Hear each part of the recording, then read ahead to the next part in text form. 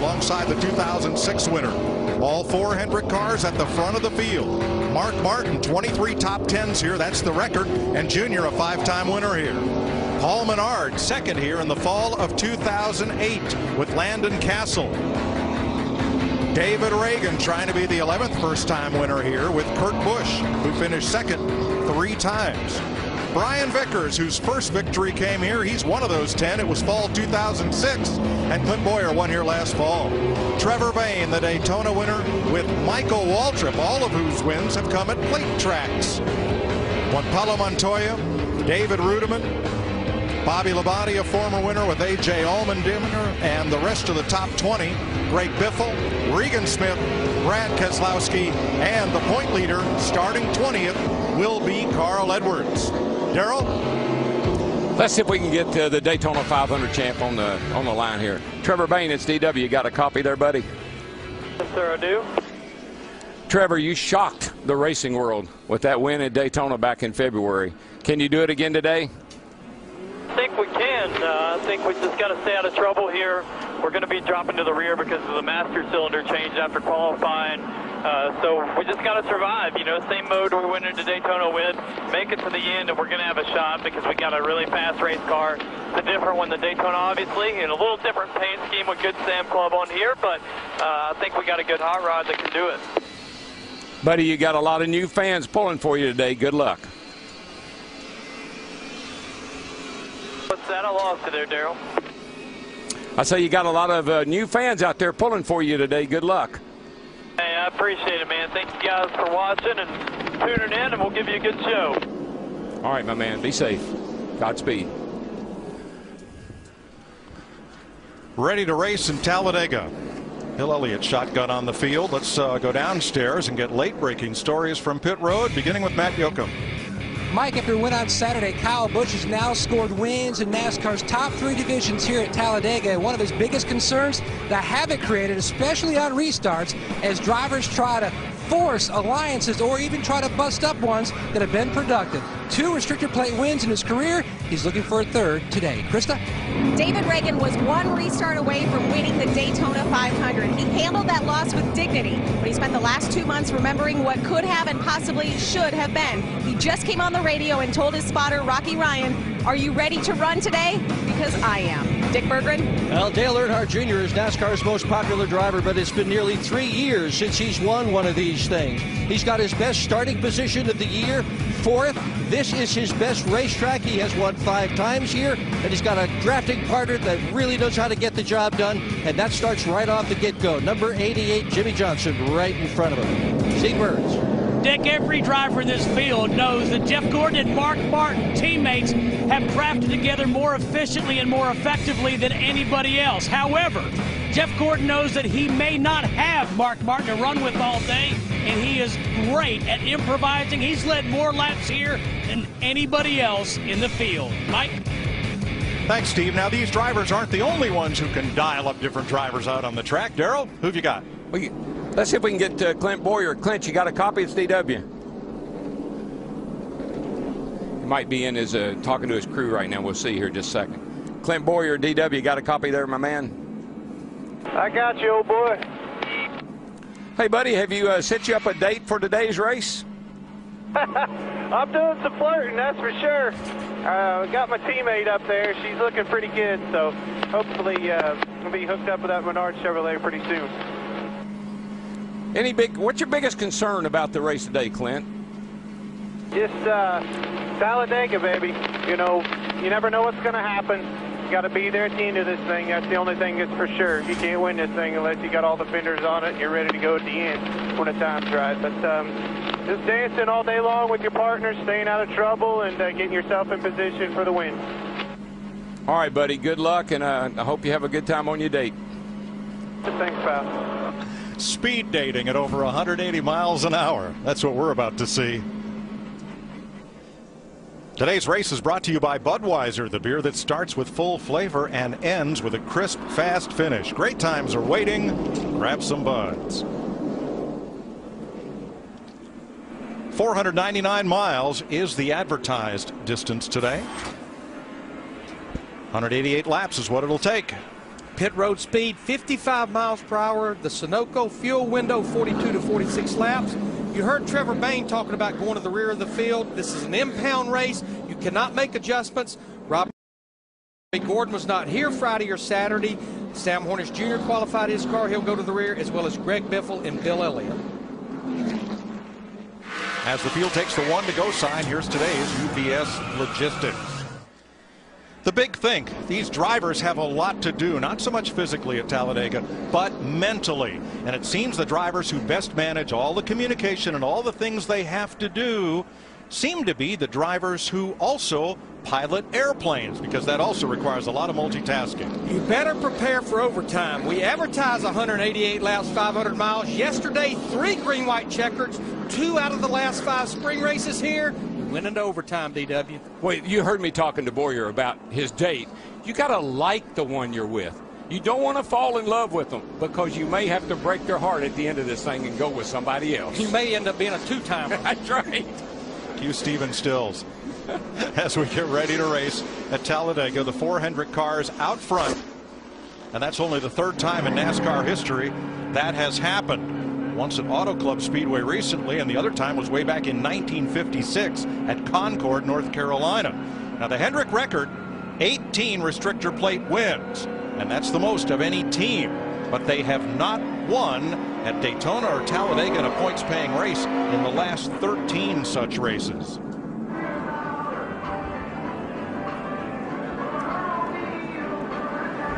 This week's Chevy head-to-head compares the 2 active drivers with the most wins here at Talladega, Jeff Gordon and Dale Earnhardt Jr. You can watch the 2011 Chevy Silverado HD go head-to-head with the competition and see more at Chevy.com HDTOHD. We're listening to Jeff Gordon on the pace lap. Jeff, it's Mark. You got me. 10-4, got you. Okay, buddy. I'll stick with you guys from now on. Same the plan on the start here. Just let me know when to go. 10-4, yeah, you'll just be able to listen to Jeff, you know, and he'll call that green flag. So probably say kind of get ready, and give us a little bit of warning. Okay, buddy. I don't think they like each other or in love with each other, Darrell. They're sounding like an old married couple. Yeah, I don't know. Jeff Gordon didn't sound real good. You know, he sounds a little hoarse, like maybe he's not feeling well today. Not sure about that. We'll have to check into it. But they sound committed to each other, as we know Jimmy Johnson is with Dale Jr. in the outside lane.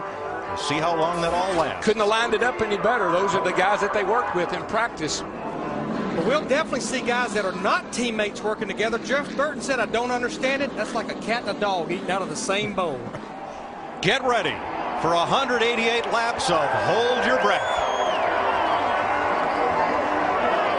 Of all the races we go to, this one right here, coming down to get the green, your heart is pounding. Your hands are sweaty. You're watching for that green flag to come out. Boogity, boogity, boogity! This is Talladega, boys! Let's go racing!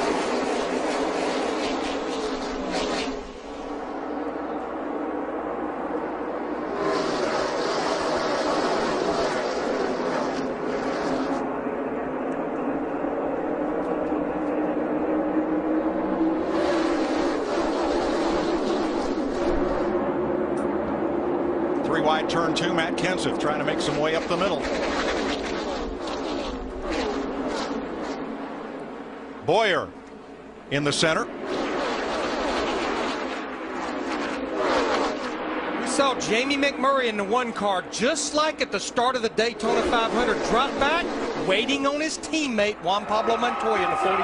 That is a teammate when you're back up to pick up your teammate to go racing. Which Hendrick car will lead the first lap at Talladega? Gordon on the inside, Johnson on the outside, Gordon by 2 feet. And that is just, is that not ironic? It's a lot that we saw Kevin Harvick practice the move that won him the race here last year.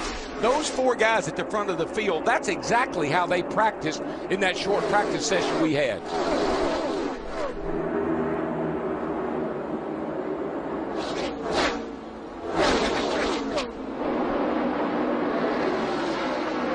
Darrell, that middle lane we used to refer to as the sucker hole. Can Matt Kenseth and Jeff Burton make any time there? You just don't know. Right now, you're going to try a lot of different things. You're going to try that middle. You're going to try the outside. You're going to see how far back you can get and how long it takes you to catch up. You got a lot of things to work through right here early in the race. And we're looking at Denny Hamlin there in the 11 car in the middle. He really doesn't have a partner. It looks like Martin Truex Jr. in the 56. We're riding with him, trying to get to the rear bumper of Hamlin. Kansas move worked well. They've come up to 7th and 8th place. I just don't think you're going to go anywhere very fast without somebody helping you. Oh, Travis Kvapil in the 38. Threads the needle, and he looks in the mirror. Kyle Busch on the way. That is help with a great big H in that 18. I think we need to well document how this works. It's not that the guy in front rolls out of the throttle. It's not that the driver behind gains a bunch of power. The driver in front's wide open on the throttle, dragging the brake just a little bit to let that other driver get up there to it. Yeah, they use it. They call it hooking up. You know, we got to get hooked up. May have a lead change down in 1 as Boyer sweeps to the outside. But Jeff Gordon holds sway. Here's Steve. Hey, Mike, just listening to Jeff Gordon and Mark Martin talking about letting Mark get out in front and lead a lap. But what's surprising about it is they talk about like they're going to get a gallon of milk. Very poised, very calm. It's early, Steve. It's early. Exactly. Michael Waltrip making just an occasional start this year. He now runs in 5th. He's locked onto the back bumper of Clint Boyer. He's got a little 15. He's got a little incentive today, Larry. I mean, driving that Auburn car. All the Auburn eyes watching that car. A lot of Auburn folks here today, the coach. And you're looking for a surprise. Look at Landon Castle in that 09. Remember, that's the James Finch team that Brad Keselowski won a race here for. Strong affiliation with Hendrick Motorsports. They have the Hendrick power under the hood of that car. 3 wide for 3rd place. Now you'll see these guys duck to the right, pull out to the right side of the car they're pushing. That actually, I talked to some of the drivers, that when you move out to the right, it actually stabilizes the car in front.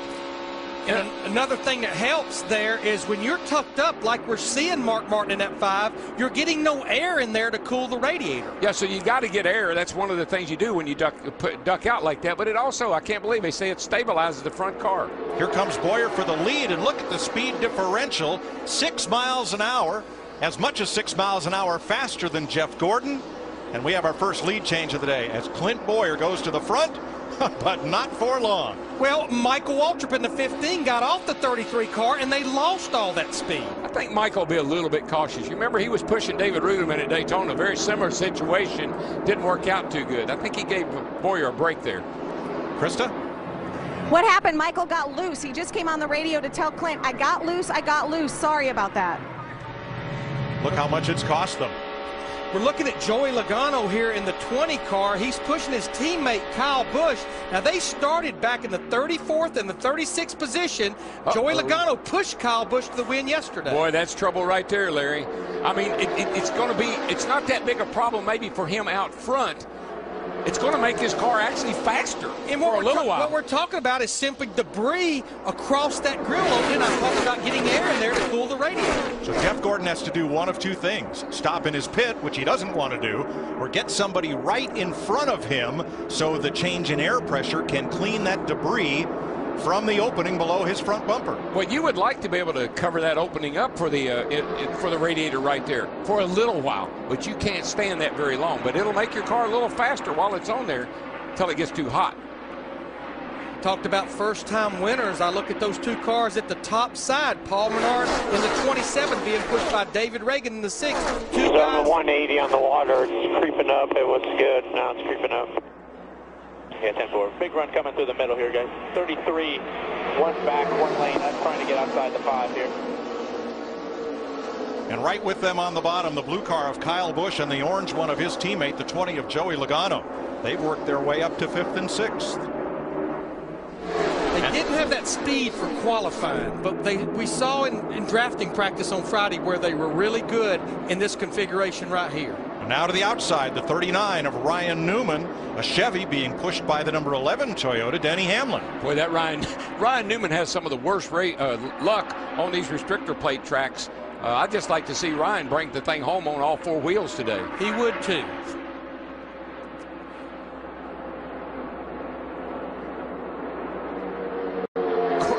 I just thought about that race yesterday. Mike Wallace, he got turned over on the back straightaway, did a whole flip, landed on his wheels, and he drove on. He drove on.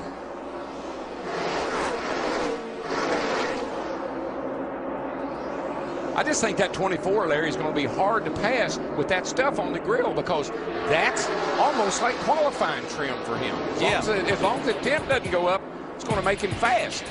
8 laps complete. Pole sitter Jeff Gordon out in front at Talladega. Look who's got his swagger back. Watch out for Jeff Gordon on NASCAR on Fox.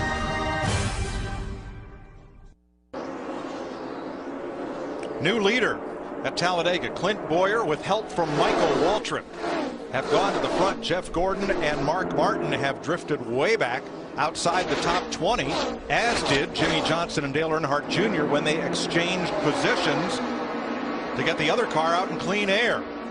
Up front, this is a most unlikely pairing. A couple of years back at Bristol, Boyer climbed out of his car, pronounced Michael Waltrip that day the worst driver on the track. And now they're working together and leading the race. I always ask Michael, I said, Michael, what's your favorite track? He said, DW, if I only ran Daytona and Talladega with restrictor plates, I would be happy. How about Kurt Busch in that 22 car? He's getting a push from Landon Castle in the 09. Kurt Busch won 2 of the 3 big races at Daytona back in Speed Weeks. Couldn't close the deal on the Daytona 500. Here comes that train up the outside, and it's Jimmy Johnson, 48, and Dale Jr., 88. Big head of steam. And then come the Toyotas of Casey Kane and the 83, Brian Vickers, with him. Teammates working together also, and they have overhauled Boyer's Express. Now, this was planned. These 2 cars, the 48 and the 88, planned on working together as much as possible, just like the 24 and the 5 did.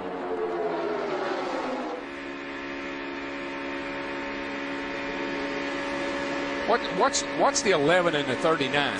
You know, one of the things these guys have really worked on, they're out here in the lead, can only ride here so long. The 11's got to get some air. He's got to get up front and cool his engine a little bit, so they make the pass, pretty clean pass, ducks back down. The 39 does, the dark car. But look what happens to these guys just in that brief exchange. They're all the way back to 25th and 26th.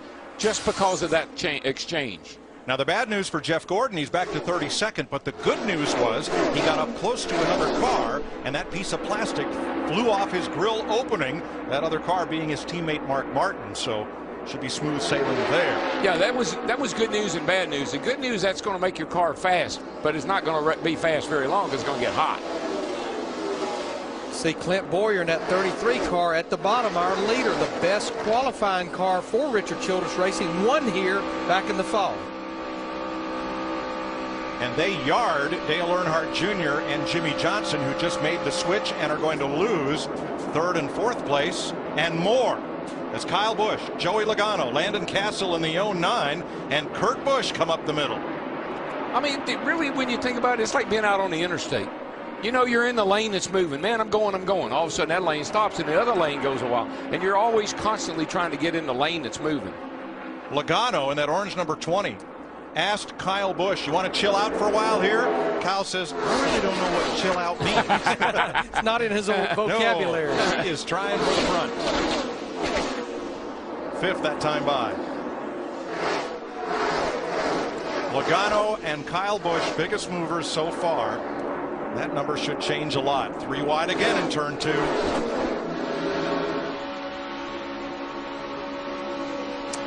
You know, you were talking about Kyle Busch. We see him over in the 18 car. Yesterday, Mike, he won this race in a car that he was going to take to the garage. He said it's wrecked. He was in a big wreck. I think we ought to park it. And that is just the sentiment that Carl Edwards relayed to his team on the pace lap today. Guys, just remember, yesterday the race was won by a car that was halfway destroyed. Anything we can do to get put back together, you know, with this two-car draft, we can make something happen, no matter how ugly it is. Marcus Ambrose in the 9 working with Edwards. They slide up the racetrack a bit. You saw Newman and Hamlin going back toward the front. Always like the term staying in contact with the lead. I'm just not sure how far back that you can get before you lose contact with the lead cars. Is half a straightaway too much? That's a question I think we're going to answer here with some of these fast cars that are about that far behind right now. Can they hook up and chase that lead group back down?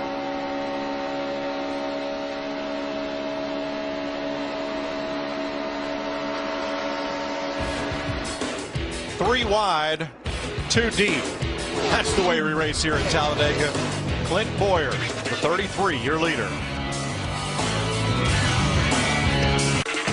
NASCAR Sprint Cup Racing on Fox is sponsored by Sprint, proud sponsor of the NASCAR Sprint Cup Series. By Coca-Cola, open a Coke and enjoy the race. And by the new 2011 Ford F-150, built Ford tough.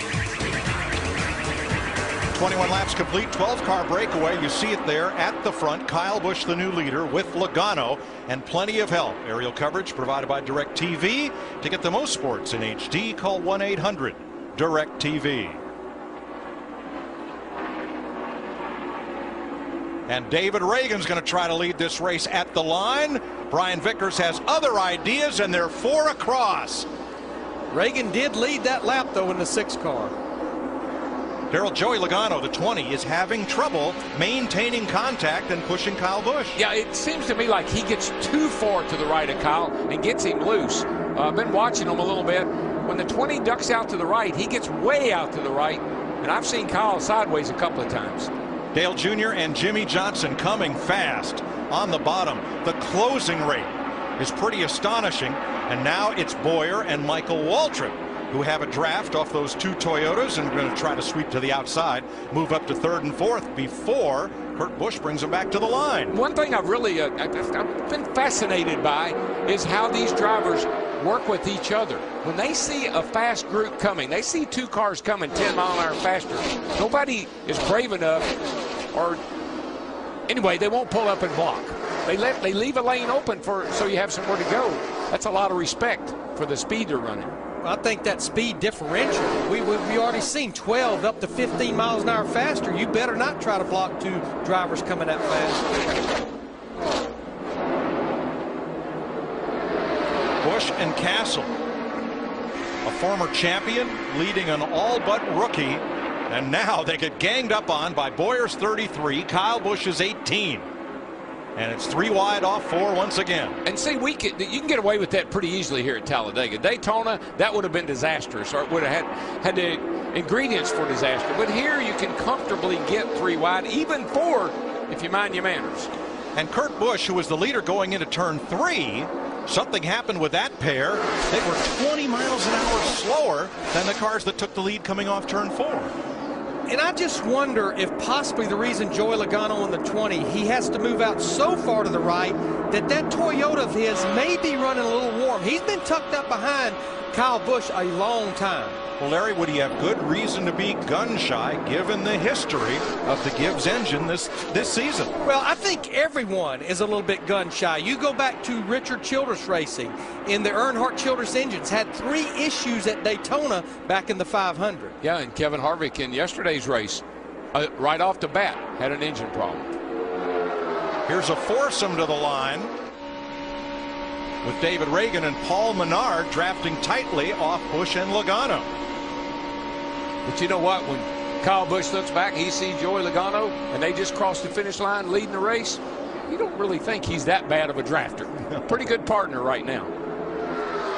But he gets way out there. I know, look how he's over 2/3 of his car out to the right. He's got to be looking for some air to cool that thing down.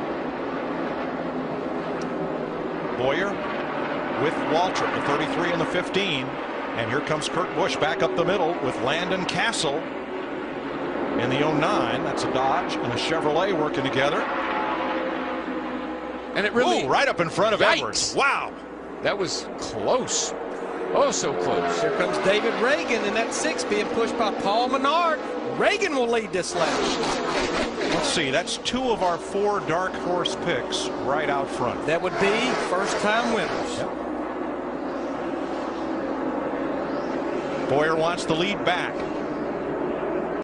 Menard, his teammate. Never mind that right now. He's got help in the form of Michael Waltrip, and Boyer goes back to the front. And you know what? I am always amazed at how my brother runs at Daytona and Talladega. I mean, he doesn't race every week. He just shows up here at Daytona and Talladega and goes out there and runs up at the front of the field. That's pretty impressive. Michael's next race will be the 24 Hours of Le Mans in June in France. And then he's going to run the Kentucky race in July as well. But yeah, he's going over there next week to France.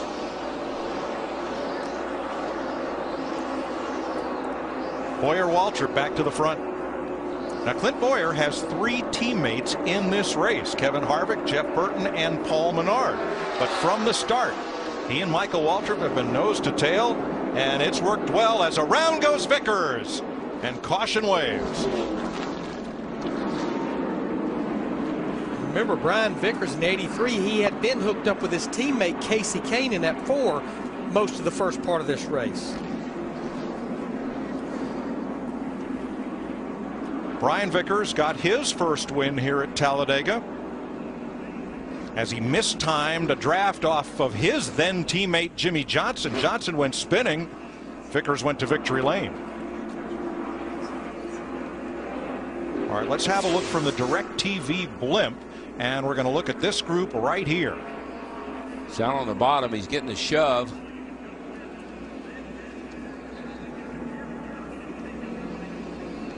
There's some separation right now, and I think when they make the hookup, when actually, Kurt Busch, I see what happened now. Yeah, got Landon Castle in the 09 sideways. Oh my gosh! And look at Kansas just squeaked by. Darrell, there were about 30 drivers coming at him right there. That was amazing. Vickers on the inside. I thought it was when they did the hookup, but you'll see here, 22 car gets Castle loose and just drives him into the side of Vickers' car there in the 83. How'd Casey Kane get past? How'd any of them get past? The 17 car's got to have a little left rear quarter panel damage, but out of that wreck, that's all we got. Let's have a look with the Fox Exmo, or extreme slow motion. Going to have some damage, obviously a lot of damage to the left front of that 09 car now. But this is amazing that he can turn this car right across in front of all these other cars and nobody gets into it. When the pits are opened, what will they do, Matt? Well, judging from Clint Boyer's reaction, he is extremely pleased with that 33 machine right now. They're looking at just going right side tires only and just waiting on fuel. He doesn't want any change. Steve. Matt, pretty much the same case with Joey Logano. He says the car is fine. It feels bolted to the track. Don't anticipate any changes. He does want a windshield tear off, Krista. Steve, as we mentioned, no one loves this place more than Michael Waltrip. The plan for Michael Waltrip is 2 tires on this stop. Dick? Casey Kane is going to take just fuel only in his car. Matt. And Kyle Busch asking for a little more rear grip for that 18 machine. They're going to make an air pressure change to help out the guy looking for his 3rd plate victory. The guy's up on the wall waiting. Carl Edwards, Marcus Ambrose do not stop, nor does Greg Biffle. Pit road's open, and it's otherwise a very busy place.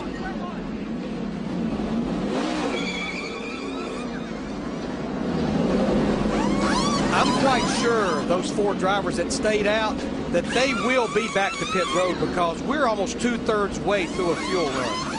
Clint Boyer leads them off the pit lane with Michael Waltrip, Casey Kane, then Jeff Burton and Kyle Busch, Menard, Kenseth, Logano, Reagan, Kurt Busch, and Keselowski. Little wheel mark on Dale Earnhardt Jr.'s right rear.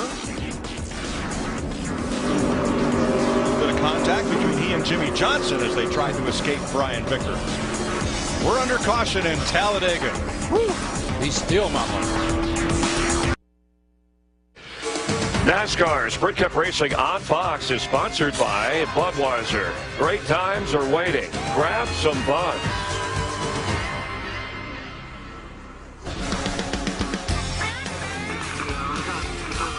Serious contact. I got the 9 hooked because the 31 was coming around to her outside. Did you hit him at all? Yeah, left front's pretty bad. We're done here, guys. Sorry.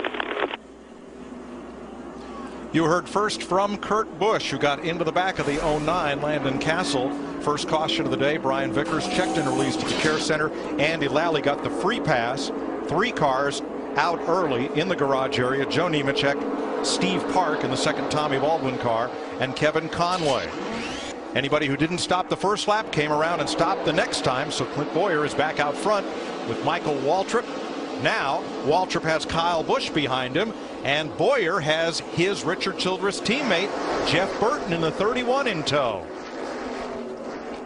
We've seen Kyle Busch, in the 20 car of Joey Logano. Kyle Busch in the 18 hooked together most of the first of this race, but now Paul Menard in the 27 is in the middle of them. And you saw what happened to Michael. He and Boyer, they were dating for a while. Speed dating. Yes. He said that, Michael, I found someone else to go with. It's not fickle, it's just the way you line up on the restart. Although some drivers came off pit road and waited for their teammates before getting back in line. And there they are.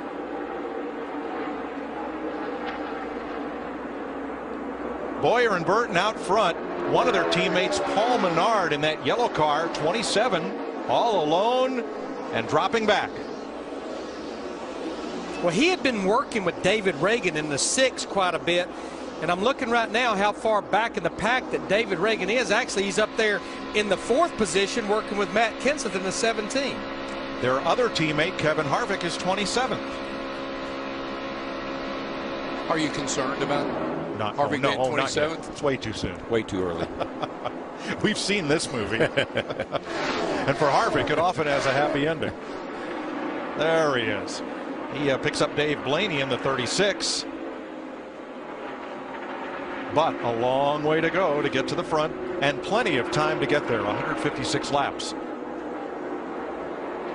Richard Childress has had quite a weekend already. Yesterday, in the ARCA 250-mile race, his younger grandson, Ty Dillon, whose older brother Austin races in the Truck Series. Ty was the man who, 18 years old, he wasn't leading at turn 3, but he led at the checkered flag in a well-timed move that reminds Childress of one of his former drivers, Dale Earnhardt. Who won here, I think, 9 times. I'm looking at Kurt Busch there in the 22 car. We know he was working with Landon Castle, who he got into the back of to cause that caution. He has now found his teammate, Brad Keselowski, in that 2 car. And you saw a slip between the 17 and the 6 that dropped them to the back of that pack. Well, yeah, because the 17 was just about to wreck. Got a couple of new players up here. A.J. Allmendinger in the 43 being pushed by David Ruderman in the 00. That pair in the center, those are your leading Dodge Chargers in the race, Busch and Keselowski, with Robbie Gordon, whose car was qualified by Sam Hornish Jr.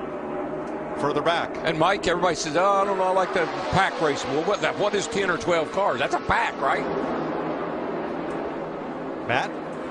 Mike, at Daytona, due to some repair work on the rear bumper cover of Kyle Busch's car, they had a huge piece of bare bomb, but it caused a problem, causing too much friction where another car could hook Kyle and turn him sideways.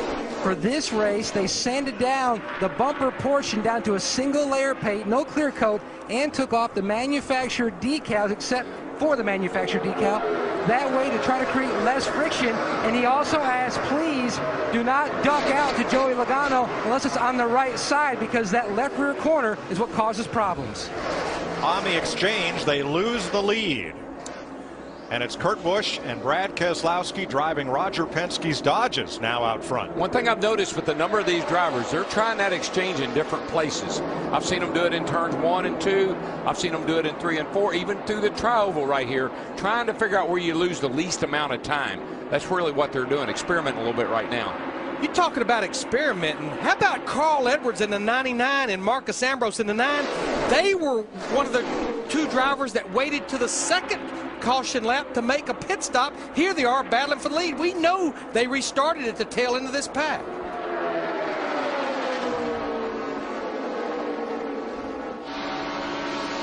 Trevor Bayne driving for the Wood Brothers, the Daytona 500 winner. Pardon me, coming through. He and Greg Biffle, who just signed a 3-year extension with Roush Fenway Racing. They are going to the front. And you know, Trevor at Daytona didn't want to be pushed. He wanted to be the pusher. But right now, he is getting the ride of his life. You see it right there, 5+ miles per hour faster. Look at that. Need a horn, man. Beep, beep, coming through. Bayne learned a lot at Daytona. Didn't lead a lot of the race. But you know what he really got out of Daytona, other than the trophy in the ring? Respect. Lots of respect. Dick? Has just communicated to everybody listening to him that that number 21 car is fastest up top, Mike.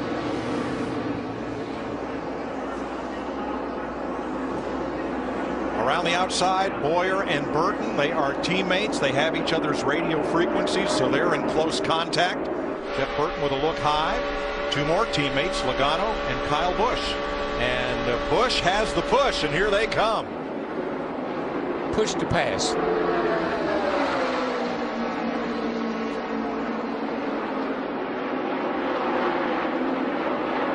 Two Fords were in the bottom groove, Kenseth and Reagan. And in 2 weeks, something completely different. Richmond under the lights, Saturday night short track style. NASCAR on Fox. That was a pretty slick exchange that Jeff Burton, the 31, Clint Boyer, and the 33 just made as they swapped down in turn 4. They did not lose that much ground or that many spots. Everybody knows kind of that Daytona, they figured it out. But this joint is so different than Daytona. It's going to take a little experimenting early in this race to figure out where to make that swap and not hurt your speed. How quickly things change. Michael Waltrip is suddenly friendless. He's 26th, 7.8 seconds behind the leader, and running by himself, his lap times are 1.5 seconds slower than the leaders. And the pair that led early on, Jeff Gordon and Mark Martin, 12 seconds back in 33rd and 34th. Well, that's a unique thing about pit stops. Whether they happen under green or happen under caution, it tends to break up the two-driver tandem that had been working together. Yeah, here goes the leaders at the line now. And let's see where Mark and Jeff are. They're not here yet. Here they come now. That's a little bit further behind than I'd want to be. This is by design, Darrell. The two of them talked on the radio, decided they weren't quick enough to run up at the front if things got really busy, so they decided to go back and hang out a while. Krista. Carl Edwards and Marcus Ambrose just initiated the exchange so Ambrose could lead a lap, but then when Carl got back in front just now, he told his team, I think I have a loose wheel. I watched the tire changers give the thumbs up to Bob Osborne. They think they're fine, but Carl said, I think it's loose. I'll just continue to run, see what happens. Just think about it, going around this racetrack over 190 miles an hour, thinking you might have a loose wheel. 40 laps complete. We are averaging a lead change every other lap. Matt Kenseth out in front this time.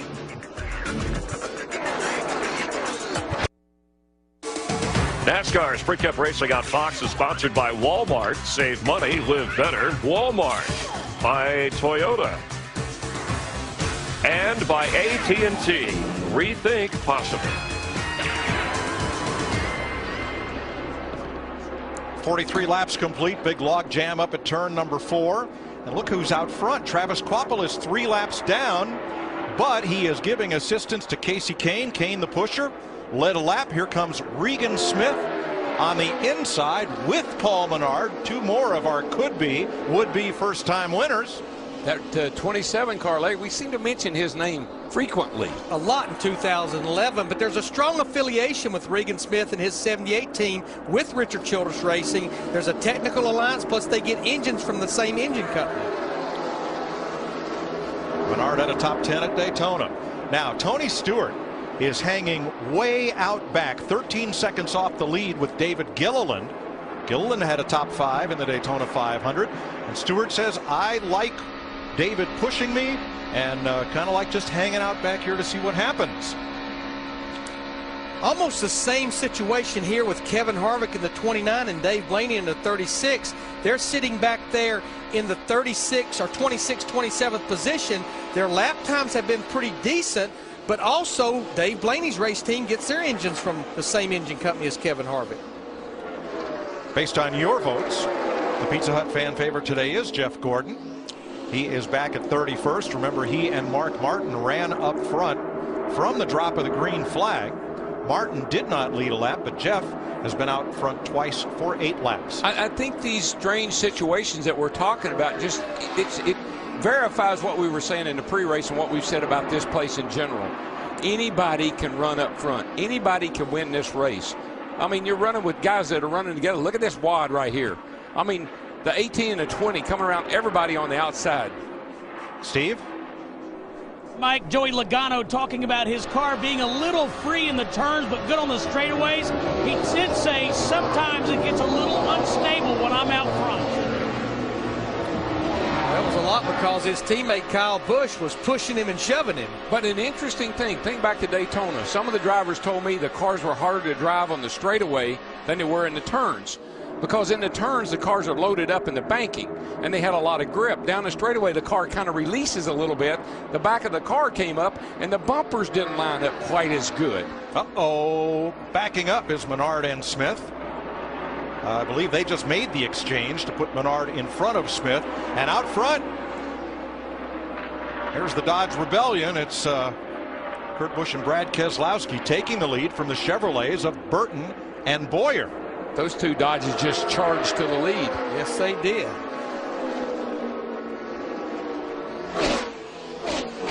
But Jeff Burton in that 31 being pushed by Clint Boyer, he will lead that lap at the start-finish line. We only monitor lead changes at the start-finish line. The Lord only knows how many true lead changes we have.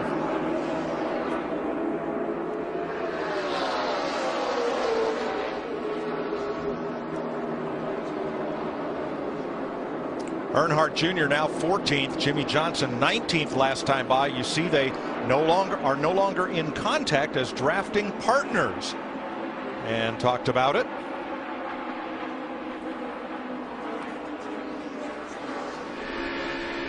Let's not get too far back. I'm getting that wad. That's a good spot. I'm just going to hold the wad open, see where I can go. Let's go. Yeah, 10-4, I'll follow you. So how'd that work out? Yeah. I don't know what you want to do. This is what I'm going to do. Hold the wide open. He did the same thing yesterday in that race. He told Almirillo, he said, hey, dude, at the end of the race, you go where you go, I'll go where I go. That was his way of telling him that's what I'm going to do. Lots of lead changes. Jeff Burton back to the front. The blue car in the middle is Keselowski. The one on the outside is Biffle, and the black car on the inside, that's the 17 of Kenseth. They all want to lead at Talladega.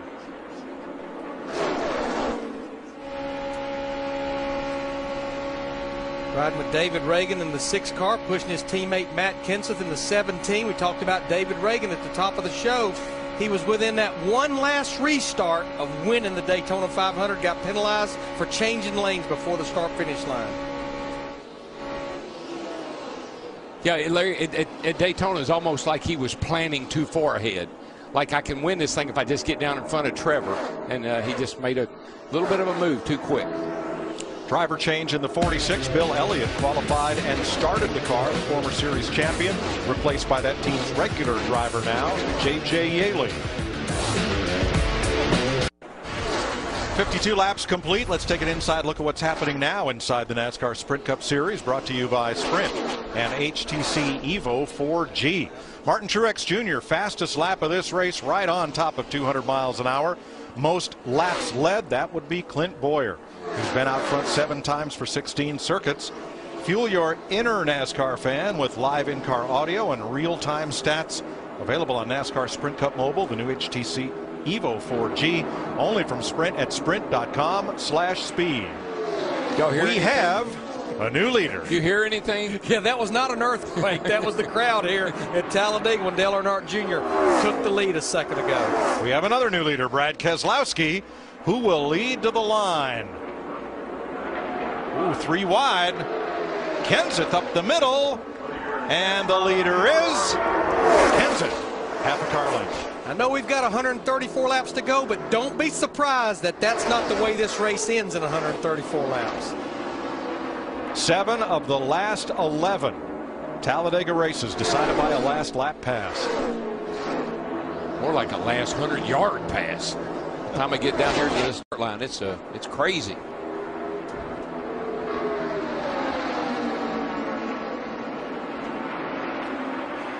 Darrell talked about it in the pre-race show. We got a long way to go. Dale Earnhardt Jr. 1 win in the last 177 races. Dale Jr., if he leads to the line, it'll be the 21st race at Talladega he has led in 23 starts. And he does. And you know, guys, we don't know how good the Hendrick cars were at Daytona. They all got wrecked.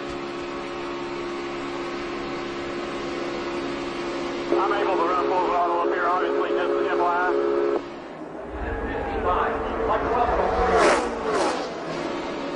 They call it Junior Nation, and for good reason. He is by a wide margin NASCAR's most popular driver. Especially when you get to Talladega. I mean, if you say Talladega to anybody around even Franklin, Tennessee, or anywhere down this way, it's always Junior.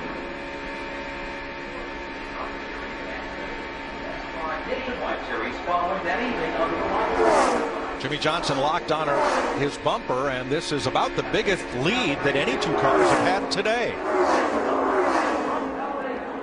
Greg Biffle will be 3rd across the stripe.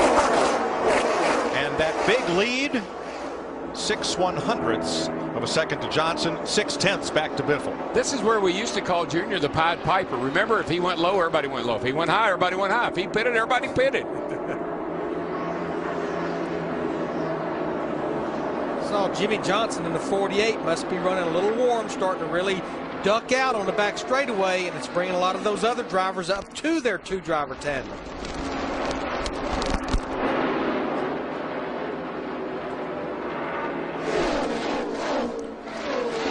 Greg Biffle moving on the inside with help from Daytona 500 winner Trevor Bayne.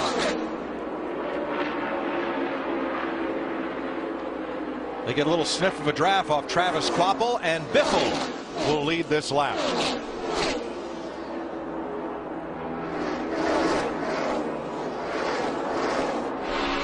And we listened in on Dale Earnhardt Jr. I'm able to run full throttle up here, obviously, just to FYI. You said you could? Yeah, absolutely. The fourth car cools a lot better, too, for my position. Dale Jr. and Jimmy Johnson, who now run 5th and 6th. Fords at the front, 4 of them. 3 from Roush Fenway and the 21 of the Wood brothers.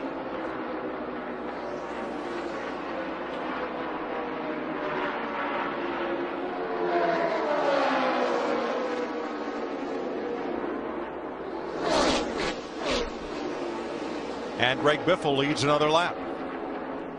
Here's today's Ford F-150 EcoBoost track facts. Talladega, longest track on the circuit, steepest banking, longest straightaway. Since NASCAR began using electronic scoring, all 28 margins of victory under 0.4 of a second. And as we've mentioned, 7 last lap passes in the last 11 races here. Dick? Before the start of the race, Mike, some of the drivers tried to make deals with other drivers, and in some cases it's really worked. Certainly Jimmy Johnson and Dale Earnhardt Jr. is a case in point. Greg Biffle told me before the start of the race he was going to run with whoever he could, and he didn't care who it was. If somebody was fast, he was going with them. That somebody is Trevor Bayne, and Bayne wants the lead. Gets it. I think that was planned. They needed to make the exchange. Trevor must have been getting hot, but boy, look what it does to you when you make that change. Lose so much momentum and lose the draft. We saw a 5-car draft a bit ago, and they were running almost a second slower than any of the pairs or speed dating cars up toward the front. we're within about 10 or 12 laps what would be green flag pit stops. It's pretty exciting on pit road under caution. These guys go from over 190 miles an hour down to 55 on pit road. It gets real exciting trying to do it as a two-driver tandem. And then, Larry, I'm curious to see if anybody, what they'll do for tires. Remember Daytona, guys hardly ever change tires at Daytona. They took 2 a couple of times, 4 only once or twice during a 500-mile race. All right, we're going to take a pit stop so we can be back for theirs. Dale Earnhardt Jr. leads 60 laps into the Aaron's 499. There's danger around every turn, but Junior isn't afraid. This is NASCAR on Fox. NASCAR Sprint Cup Racing on Fox is delivered by Pizza Hut. Don't wait for the last lap. Order now to get your favorite pizzas at low prices.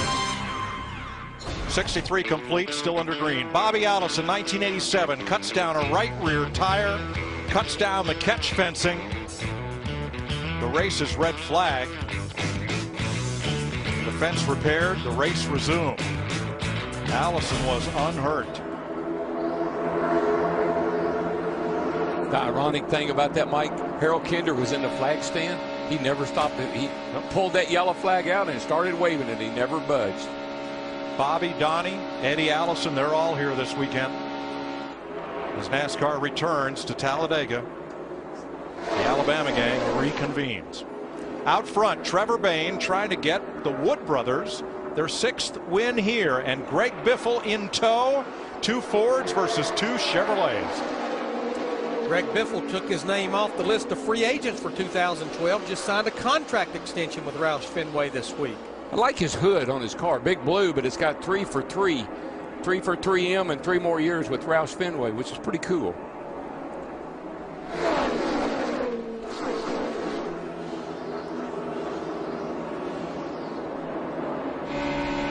Two cars off in the distance, not close enough for the leaders to sniff a draft.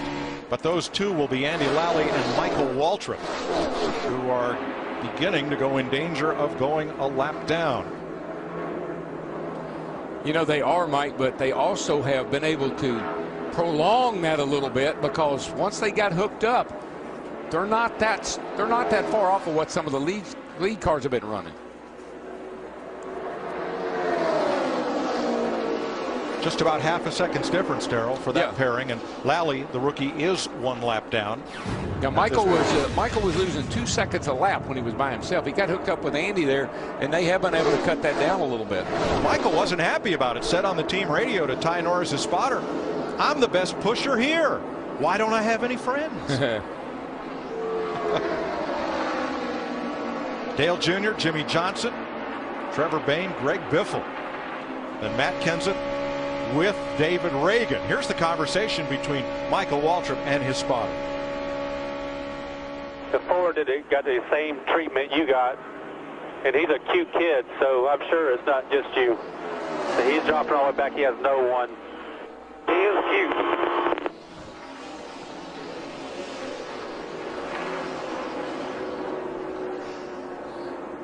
Leave it to Michael. He'll have a good time out there. Sometimes you just have too much time on your hands. You know, he gets lost the lead draft. He's kind of riding along by himself.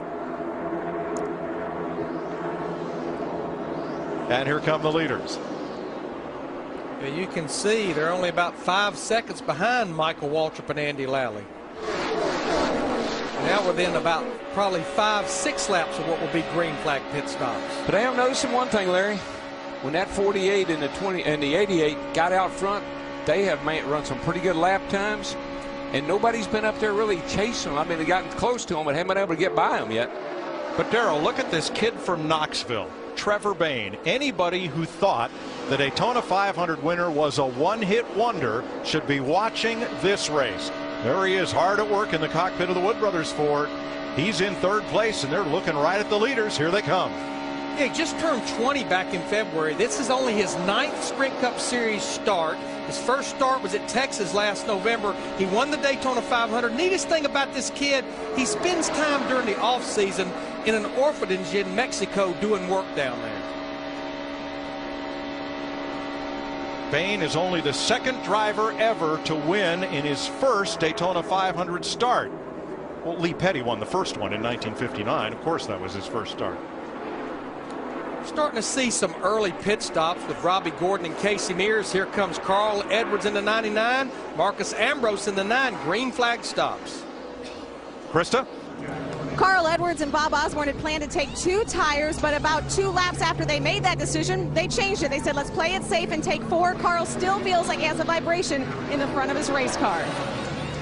Casey Mears and Robbie Gordon also making pit stops. Juan Montoya and his teammate Jamie McMurray are in as we begin the second round of pit stops and the first round we've had under green. As these 2 drivers come in, like you see Montoya and Jamie McMurray there in the 42-1, you have to make sure, Steve, that you're on the same agenda as far as what you're going to do. And Larry Mack, they have not deviated at all once the green flag fell. Jamie McMurray in the 1 car on your right, while Pablo Montoya, his teammate, have been running nose to tail the entire time. And again, just trying to keep the fenders on those race cars. Montoya and McMurray both completing service. Allmendinger's in. Logano and Kyle Busch, teammates, pit together. Ryan Newman and his non-teammate drafting partner, Denny Hamlin, are also in. Matt? Mike, expect another chassis adjustment for Kyle Busch. The car is just a tick on the free side, especially when the exchange car dips out, Steve. And Matt, Joey Logano echoing what he said moments ago. I feel a little free when I'm getting pushed, but I'm really good on the straightaways. He wants a clean windshield, or excuse me, a clean grill. Denny Hamlin also getting his service. No chassis adjustments on the 11, just 4 tires. And here come the leaders. Dale Earnhardt Jr. and Jimmy Johnson are headed for the pit lane. Dick? And this too has stuck together right from the drop of the green flag, Mike. But Junior's radio is breaking up. The crew is having trouble hearing him. He can hear them clearly. Matt. And Jimmy Johnson echoed that sentiment, Dick. He told Junior he had to repeat several times what he was trying to communicate. The Jimmy Johnson chassis adjustment as well for Johnson. Clean the grill, waiting on fuel, and waiting on Junior. He's away. Those 2 leave at the same time as Kevin Harvick hits the Budweiser Chevy and his service completed. Harvick heads back out. He's to some degree waiting on that 36 car of Dave Blaney back there. That's who he's been running with. Trevor Bayne comes to pit road along with Greg Biffle, Bobby Labonte, and Martin Truex. All scheduled green flag stops. Dick? And Trevor Bayne on pit road, having to start at the back of the pack, has made absolutely no difference to young 20-year-old Bayne. He has been running up front, picking and choosing who he wants to run with, and it hasn't mattered. He's been fast all day. Jeff Gordon and Mark Martin are in. Dick, back to Dick. And Biffle also on pit road for his service, Mike. They need a good bit of fuel here. She may as well put 4 tires on it if you're going to get the tank completely full. Matt. Dick, this is where we're going to see a lot of teams do the opposite. They did 4 tires on the first stop, so Mark Martin expecting only right side tires this stop, Steve. And Matt, Jeff Gordon saying his car is absolutely fine. There you see it on the right of your screen. He said they just want 4 tires and fuel. They're just being careful playing the waiting game, he and Mark Martin. Krista. Matt Kenseth had wanted to come in 1 lap sooner, but he couldn't make his exit, meaning he couldn't get to pit road, so he and David Reagan had to stay out 1 lap longer. Jimmy Bennett, the crew chief, was worried they'd run out of fuel. It's 4 tires.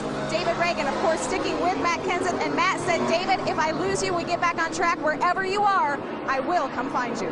So only 2 of the lead lap cars have not come in, and they are the leaders. You see on the left of your screen, teammates Clint Boyer, Jeff Burton. And that's the big thing, and our guys and girls on pit road well documented it. The big issue is make sure you get the car full of Sunoco race fuel. Kyle Busch tail into the lead lap there with Ryan Newman, but of course Boyer and Burton will have to pit. But what's interesting is I look at Ryan Newman and Kyle Busch. Let's take a look at Trevor Bayne's pit stop here. Right front, Larry. The guy on the right front was having it. He couldn't get the tire out. Remember at Daytona, the shock wouldn't let the tire fall down, and it cost him a lot of time at Daytona. And the jack man had left the jack to do something at the rear of the car. He wasn't in position to raise it higher for the tire changer.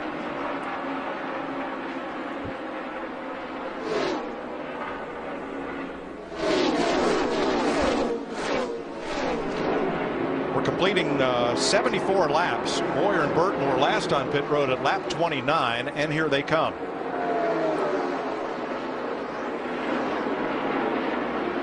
"46 laps on this tank of fuel, Dick.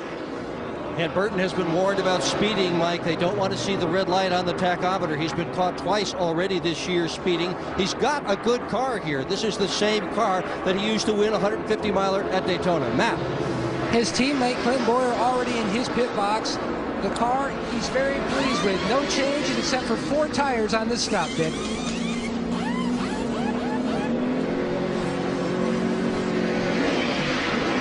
This cycles the lead back to Jimmy Johnson and Dale Earnhardt Jr.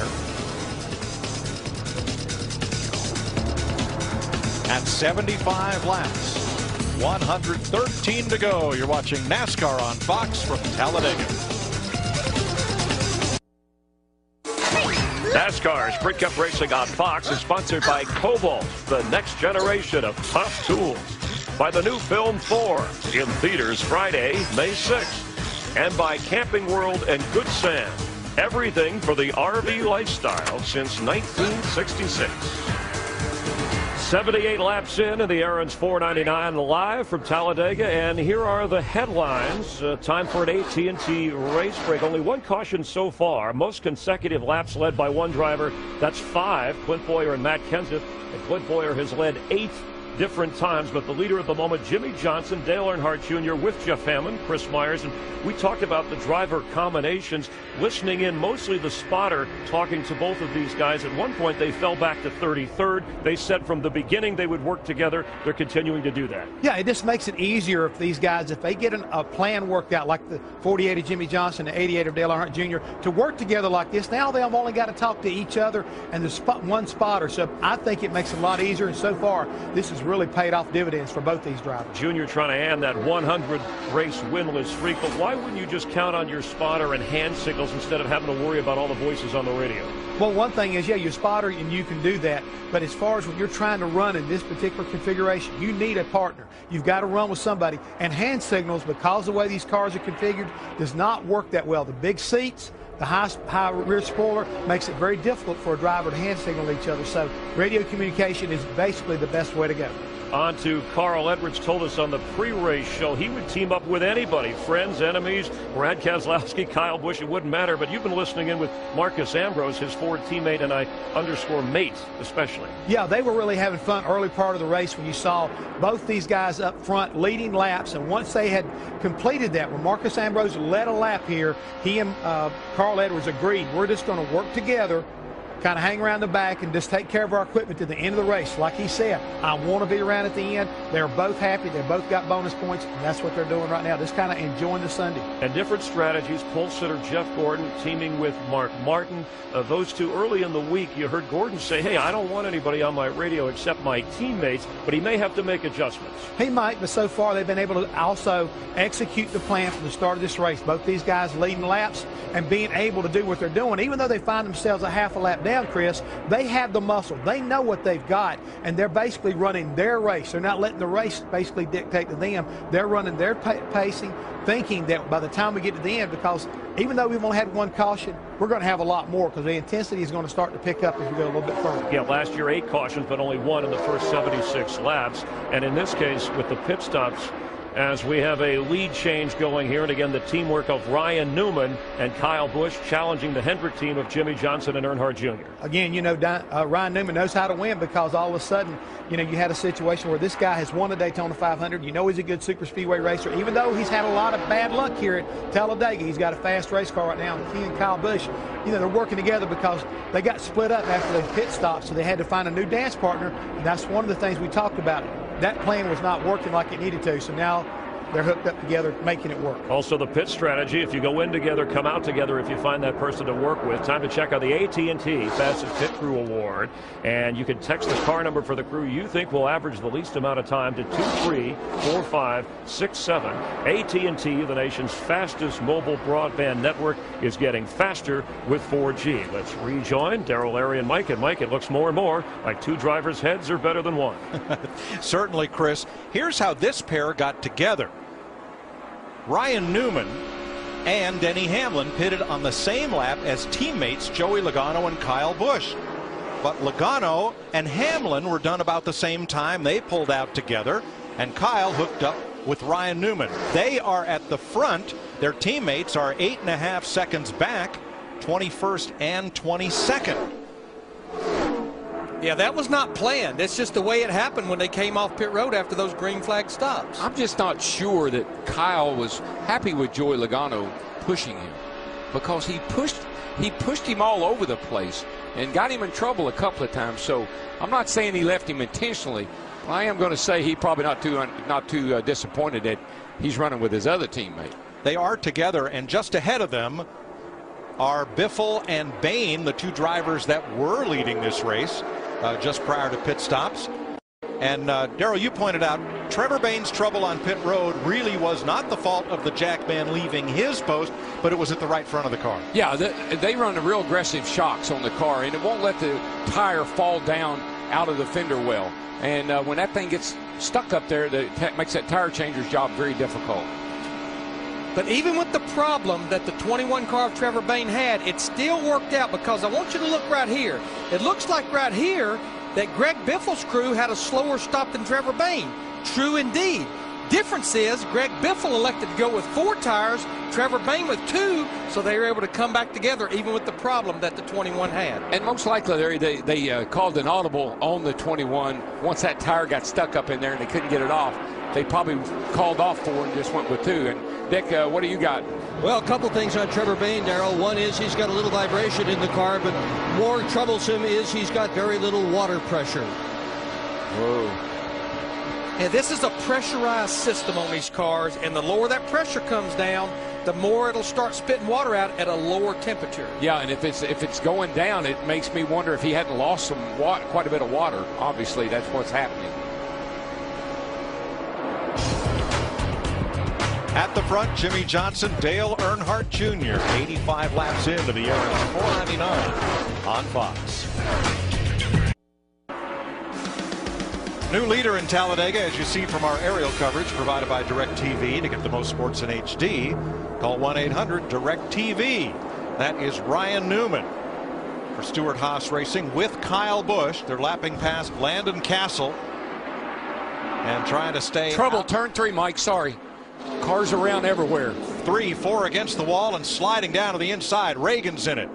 Casey Kane, Marcus Ambrose, Trevor Bain, and Brad Keselowski.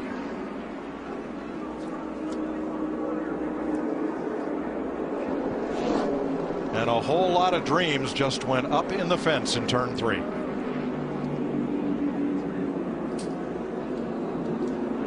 Second caution of the day comes out at lap 90.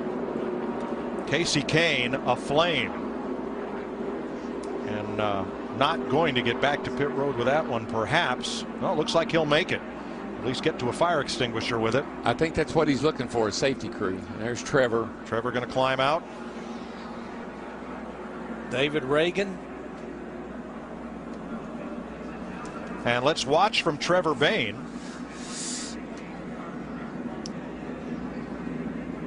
As Casey Kane climbs out, he's okay.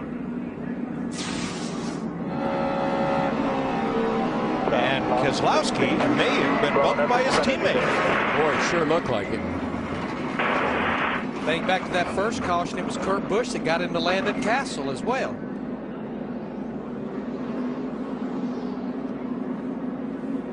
Boy, Marcus Ambrose in that 9 probably wondered what in the world, where did he come from? Boy, a bunch of them are wondering that right now. And he got hit twice. Or Reagan got hit. Yeah, the 16 there. See the 2 going up the guy, he just clipped him. And here's David Reagan.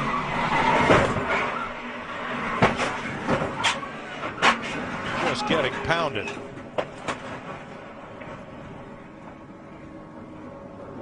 So at least 5 cars involved. There's Keselowski up and into Ambrose after a hit from Kurt Busch. David Reagan. Reagan's car is, I mean, it's already on fire. I guess that's from hitting somebody and breaking the oil cooler or something. Trevor Bain down on the apron, but Reagan comes down and collects him. This is where I think Casey Kane in the 4 gets in trouble right here. Keselowski's Blue Deuce. Brad Keselowski, the winner here from 2 years ago. And there are the cars involved, most of which I believe will not return to the racetrack, and all of whom we expected might figure in the outcome of today's race. And you just never know. I mean, things have been pretty calm. I mean, the guys have been racing using good manners, taking care of each other. But we've had 2 crashes, 2 big cautions, and the common denominator has been the 22 of Kurt Busch. You see them down on here they come right back here, and it looks like that the 22 car of Kurt just got into the left rear of the 2 and turned him. And then watch, here comes the 4, Casey Kane. He's trying to get away, and down slides Reagan right into his path. He didn't even know he was there. He couldn't see him for the smoke. I know we can, but you can't when you're out there in the car. But I don't know where all that fire came from out of that 6 car. Yeah, he had not been hit yet. It didn't look like he'd hit anything yet. That's weird. Casey Kane.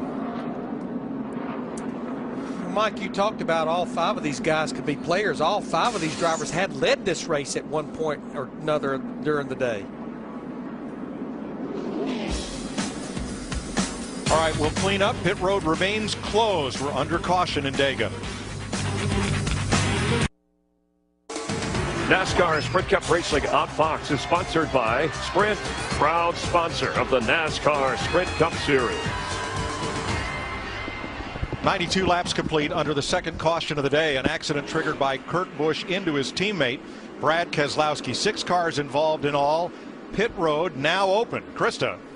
The plan for David Rudiman to take 4 tires. This will be the first 4-tire change. He has taken 2 tires on both previous stops. Matt? Now, Kyle Busch likes to be the pusher versus being the lead car. He wants a chassis adjustment to try to keep gripping the car. They sent a message down to the 39 pit that they were going for 4 tires, so that way Newman could be on the same page. Steve? Matt, on the last stop, A.J. Allmendinger in that famous 43 took just 2 tires. This time, the plan is to go with 4. He wants a windshield tear-off, which he gets just now, and their service is done. Paul Menard out quick, so is Kurt Busch and Regan Smith. Caution flag pit stops. We'll have another look at what happened from Trevor Bayne's car. Bayne and Marcus Ambrose released from the care center after this pileup at turn 3.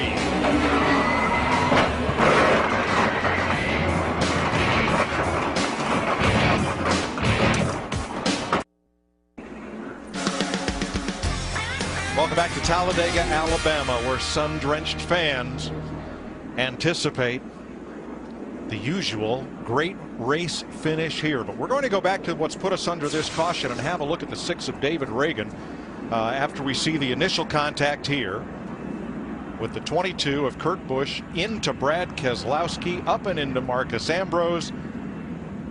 But David Reagan's car was aflame despite no contact until he tried to swerve and got into Trevor Bayne. It almost had to be blowing up. I mean, the engine must have been like perfect storm. Krista. We'll investigate further. Thanks, Daryl. Krista. Trevor Bayne watching our monitor to find out exactly what happened. What you saw, does that match what you think you saw when you were out there? I missed the beginning of that, but really what I saw, I was on Greg Biffle's channel at the time. I saw the 6 car blowing up in front of us. I saw fire coming out from underneath it, so I key up. I'm like, they're blowing up, they're blowing up.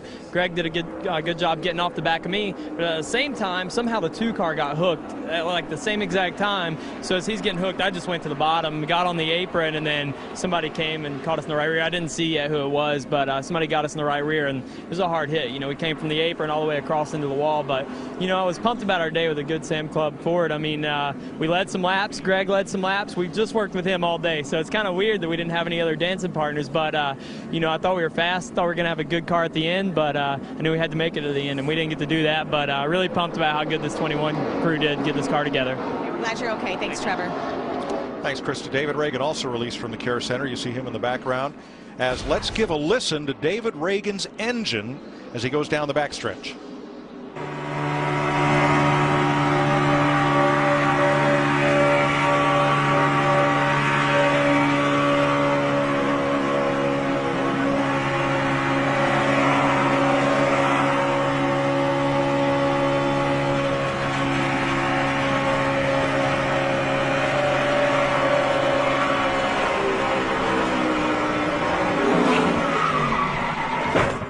think you're just about halfway down the back straightaway. You start to hear a little clicking sound, a little change in the sound of the engine. And Trevor Bain said he saw it blowing up. So how ironic the engine would blow heading into a wreck. Ready to go green. Camaro safety car is off. Paul Menard, Kurt Busch will share the front row for the restart. Regan Smith with Menard. And the Busch brothers on the outside lane ahead of Allmendinger in the 43 and Newman in the 39. 92 laps to go at the stripe. We're back under green. Interesting strategy. Kurt Busch in that 22 being pushed by his brother Kyle Busch in the 18. Fuel only on that stop right there.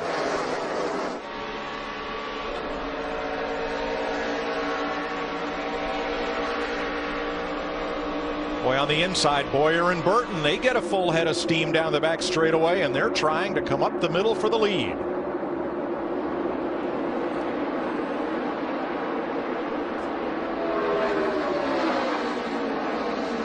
Ryan Newman in that 39's looking up there at Kyle Busch in the 18, said, wait a minute, I was your partner a while ago. Sorry.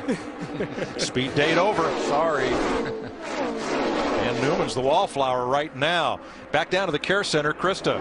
Well, Mike, speaking of a date being over, we had documented that Carl Edwards had a vibration. Matt Kenseth had also talked about a vibration. Trevor Bain mentioned that he saw your car blowing up before the incident happened with the 2 and the 22. Is that true? Yeah, I didn't know that someone was blowing up. I felt like someone was blowing up around us, and I kind of looked around. Our gauges looked good, and our car was still running.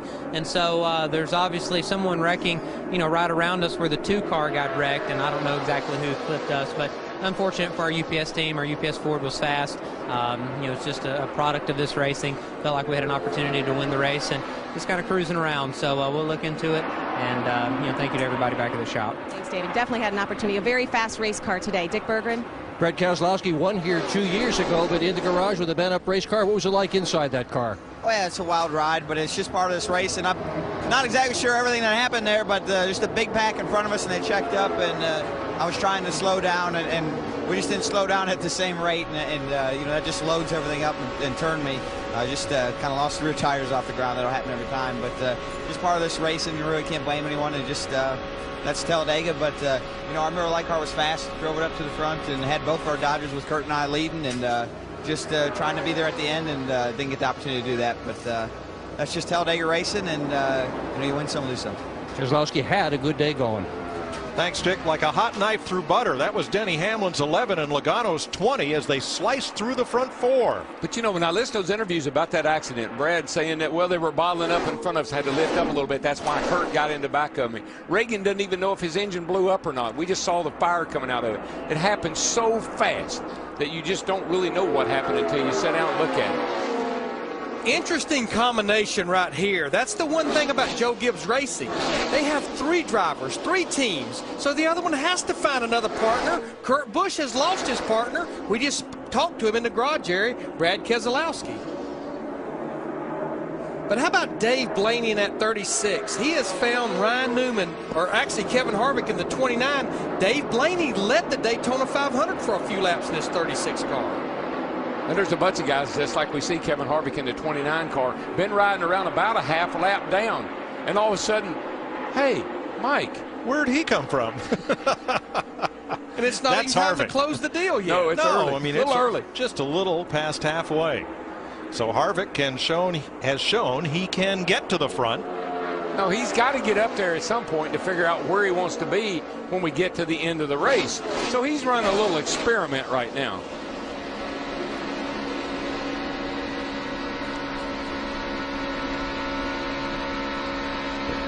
I just think the same thing we saw at Daytona is probably going to be the same thing we're going to see here. The guy leading the race coming off the Ford is a setting duck. And so you got to figure out, okay, so where do I need to be and who do I need to be with? And that's what a lot of these laps are about right now. All of these pairs working in tandem. Call it 2-driver tango, speed dating, whatever you'd like to call it. And the pair at the very back of this group, I mean the way back of this group, is your Pizza Hut fan favorite, Jeff Gordon. Back there with Mark Martin, sticking to the plan, the old married couple. They're not up front speed dating. They're just riding along. 29th, 30th, 6.5 seconds off the lead. Not the least bit concerned with what's happening up front. They even made a second pit stop under that caution, as several other drivers elected to. But you know what? You kind of get a bit of a false comfort, because when you've been back there like that, out of harm's way, and they have a wreck like we just had, you say, okay, I told you so. I told you we're going to have the big one. You may have more than one, guys. That's the only problem. And they may come very late, part of our UPS logistics. Plan on this race possibly going into overtime. There they are. The other Hendrick pair, Jimmy Johnson and Dale Earnhardt Jr., 27th and 28th, just in front of Jeff Gordon and Mark Martin. And just ahead of them, a name we've not heard all day because he's been hanging out back, and that is Tony Stewart. Steve? And Mike, that's an interesting combination as well. He's been running with David Gilliland in the 34 the entire race. For one thing, he trusts David Gilliland. And remember, Gilliland had a top 5 finish in the Daytona 500. But again, that's been Tony's comfort level, and that will change the later on in the race that we get. Steve, you mentioned that. I've watched their lap times, and they can mirror two drivers that's up there leading the race a lot in this race so far.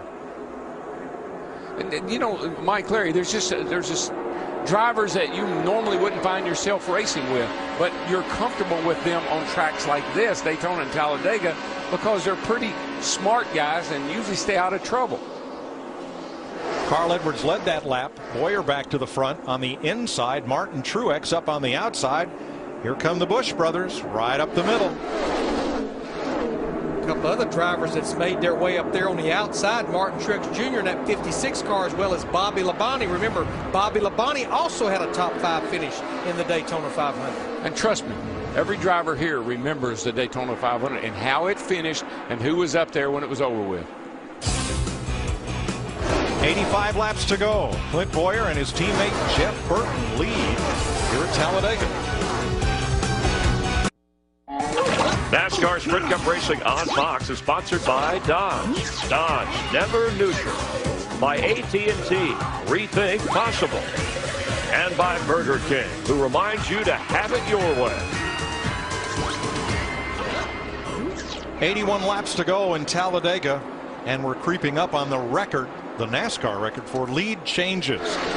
88 last year, 50 already today. 21 different drivers have led this race.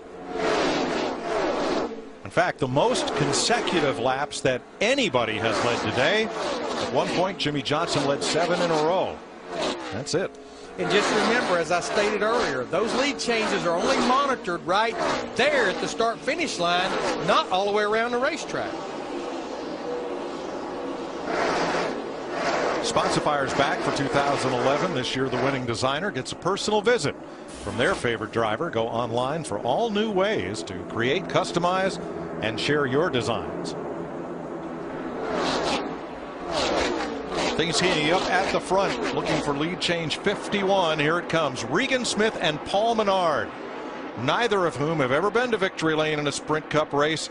Smith came so close, first car across the line here a couple of years ago, but NASCAR said he was below the yellow line, and the win went to the man he passed, Tony Stewart. So Smith looking for a little redemption. Paul Menard has been very strong on these 2.5-mile super speedways, but they're not going to lead this lap. Boyer back in front with Burton. A little dicey through the old travel, and trust me, 200 mile an hour through that travel is a handful with somebody laid up on the back of you like that. Now we had a little in-car audio from Boyer and Burton as they joked about how fast they could go and how hard. I tell you what, we're faster with you pushing. But then get on with it. I'm going, damn it. I'm bending the floor pan. That's all I can do. That's right. Smith and Menard come back on the inside. Menard moved over from Ford to Chevrolet this year and is a teammate to both Boyer and Burton on the outside and Kevin Harvick. I know we've said it a number of times, but those were the two guys when Tony Stewart won this race that were running second and third before Regan Smith went to the apron. They were teammates in Dale Earnhardt Incorporated. Kurt Busch Younger brother Kyle, the 22 and the 18. Whoa. Shoot out to the front, and here comes Bobby Labonte up the center, and he's got help from Martin Truex.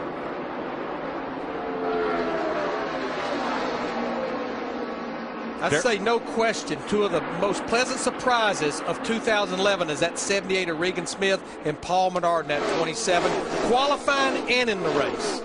Well, Darrell said at the top of the show, if you can stay on the lead lap, you've got a chance to win this thing. Into the tri-oval, the start-finish line 1,000 feet away, and we will rank it up for you.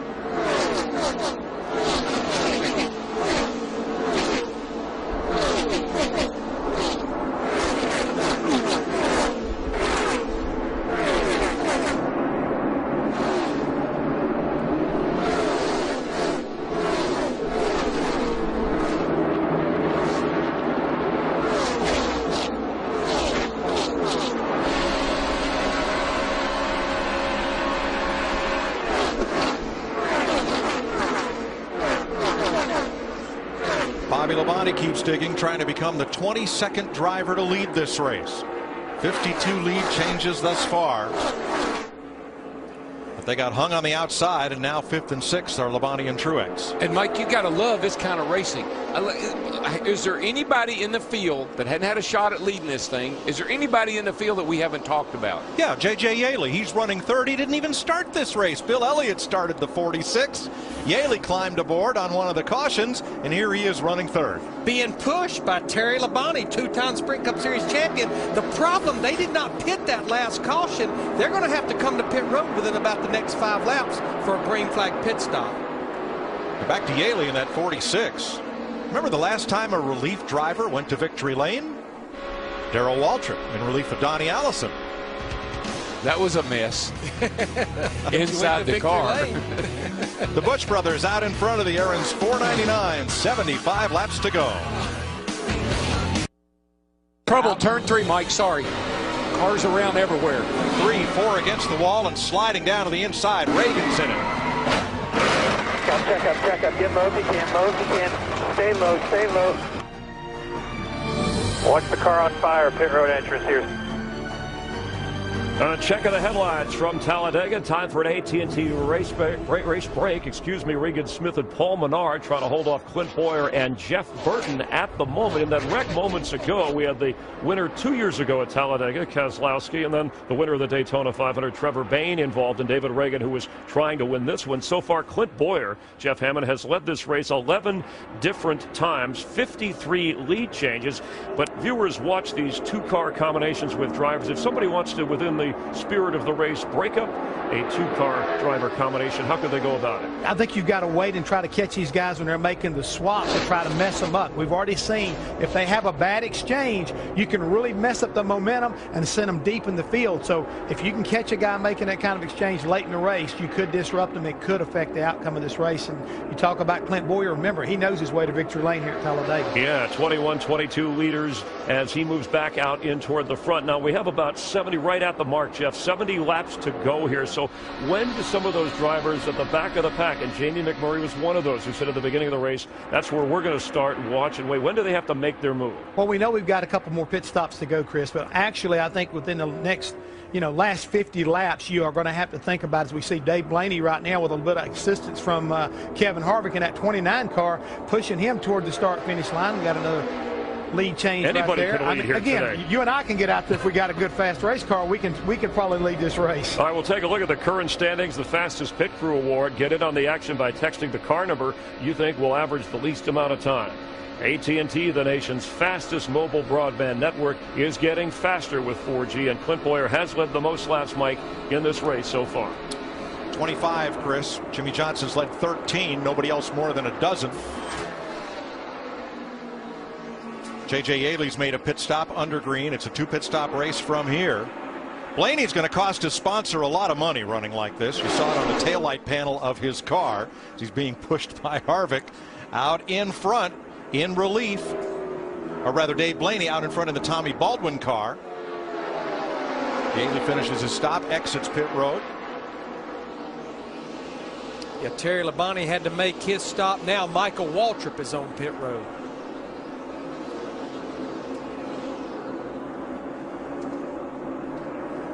Sprint users have spoken. Let's ride shotgun.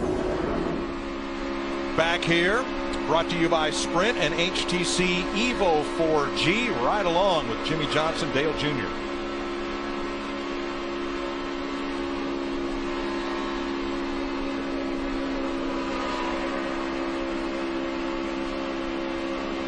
Good job. Keep rolling now.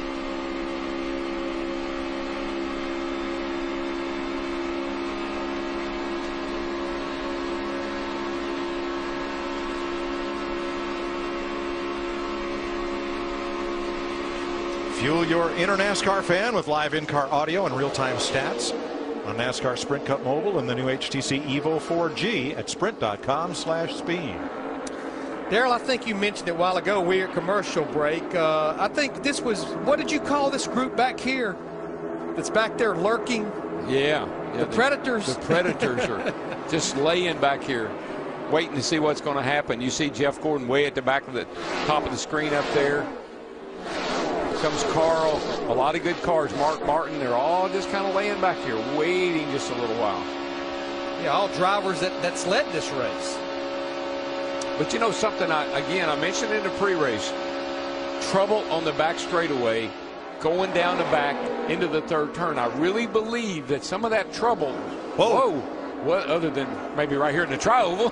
Well, Harvick and Blaney tried to pull the switch. They got a little too far away from each other as the Busch brothers were coming and almost stacked everybody up. But I believe some of that trouble starts by trying to turn your radio to a different channel or just looking down or something. And when you look up, things aren't the way you last remembered them.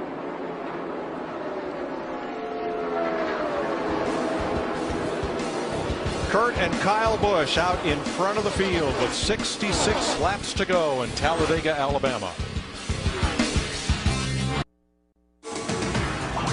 NASCAR Sprint Cup Racing on Fox is sponsored by the new Chevy Silverado HD, Motor Trend's 2011 Truck of the Year.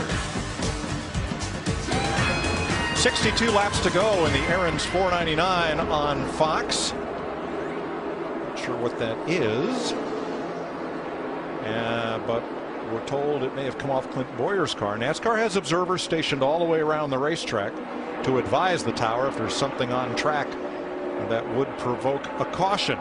In my view, that looked like a piece of metal, actually. Not sure, but it sure did look like it. An interesting dynamic here. A 10-car breakaway from the field, and the next group back are 5 cars. Well, make that 8 cars now, drafting single file, old school, and there is the caution. Yeah, I think that was a piece of metal. I would have been a little concerned about that. Only the 3rd caution today. It comes out at lap 128 for that piece of debris up in the corner.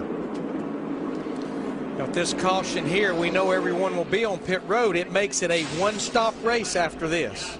There you go. There's where it came from. A piece of out from under the rear bumper of the 33 car here. You see it flying down the track. And when you look at everybody's front and rear bumper, they're absolutely already wore out. What are they going to do on pit stop, Steve? Mike, listening to Kurt Busch and Steve Addington. Steve Addington just asked Kurt, should we leave it alone right here? Kurt hasn't replied yet, but Kurt did tell his brother Kyle, hey, good job, Kyle. Kyle said 10-4. Let's see what happens on pit road. Matt? In the conversation between Kyle Busch and Dave Rogers, they were trying to extend their fuel window, having Kyle conserve fuel. He was breathing out of the throttle considerably, but now that all goes out the window. No changes on this stop for Kyle Busch. 4 tires.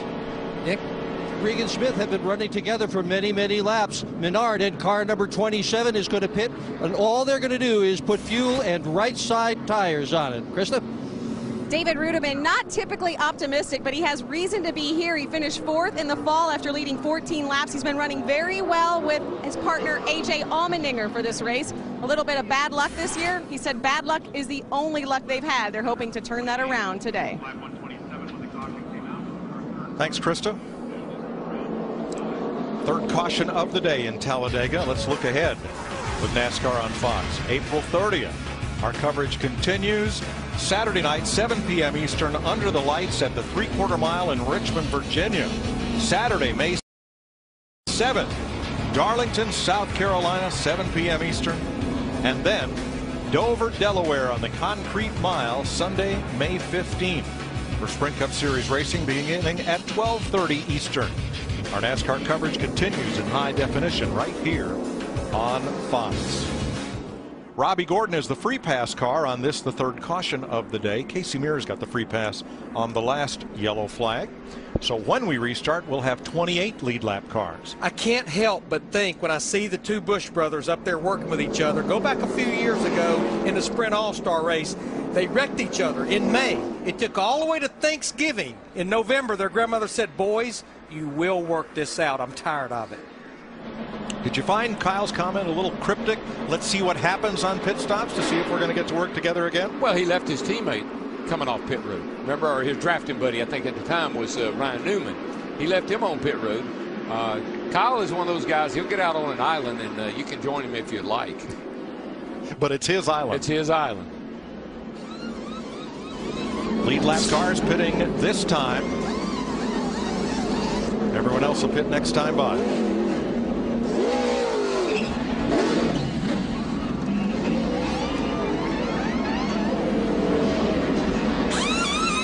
See Kurt Busch here in the 22 car going with 4 tires, and right now you see the official pointing they've got a lug nut issue on the right front. You can see the crew member right there going around to put that lug nut on. What did Kyle say? Let's see what happens on pit road. Well, I think we just saw it. Now 7 lead lap cars did not pit as Paul Menard leads the race off pit road. Carl Edwards stayed out, so did his teammate Greg Biffle, along with 5 others. There is the call on the loose lug nut, remedied before the car left the pit box. We're under caution in Talladega. FXB, Fox TV, what's in the box for you?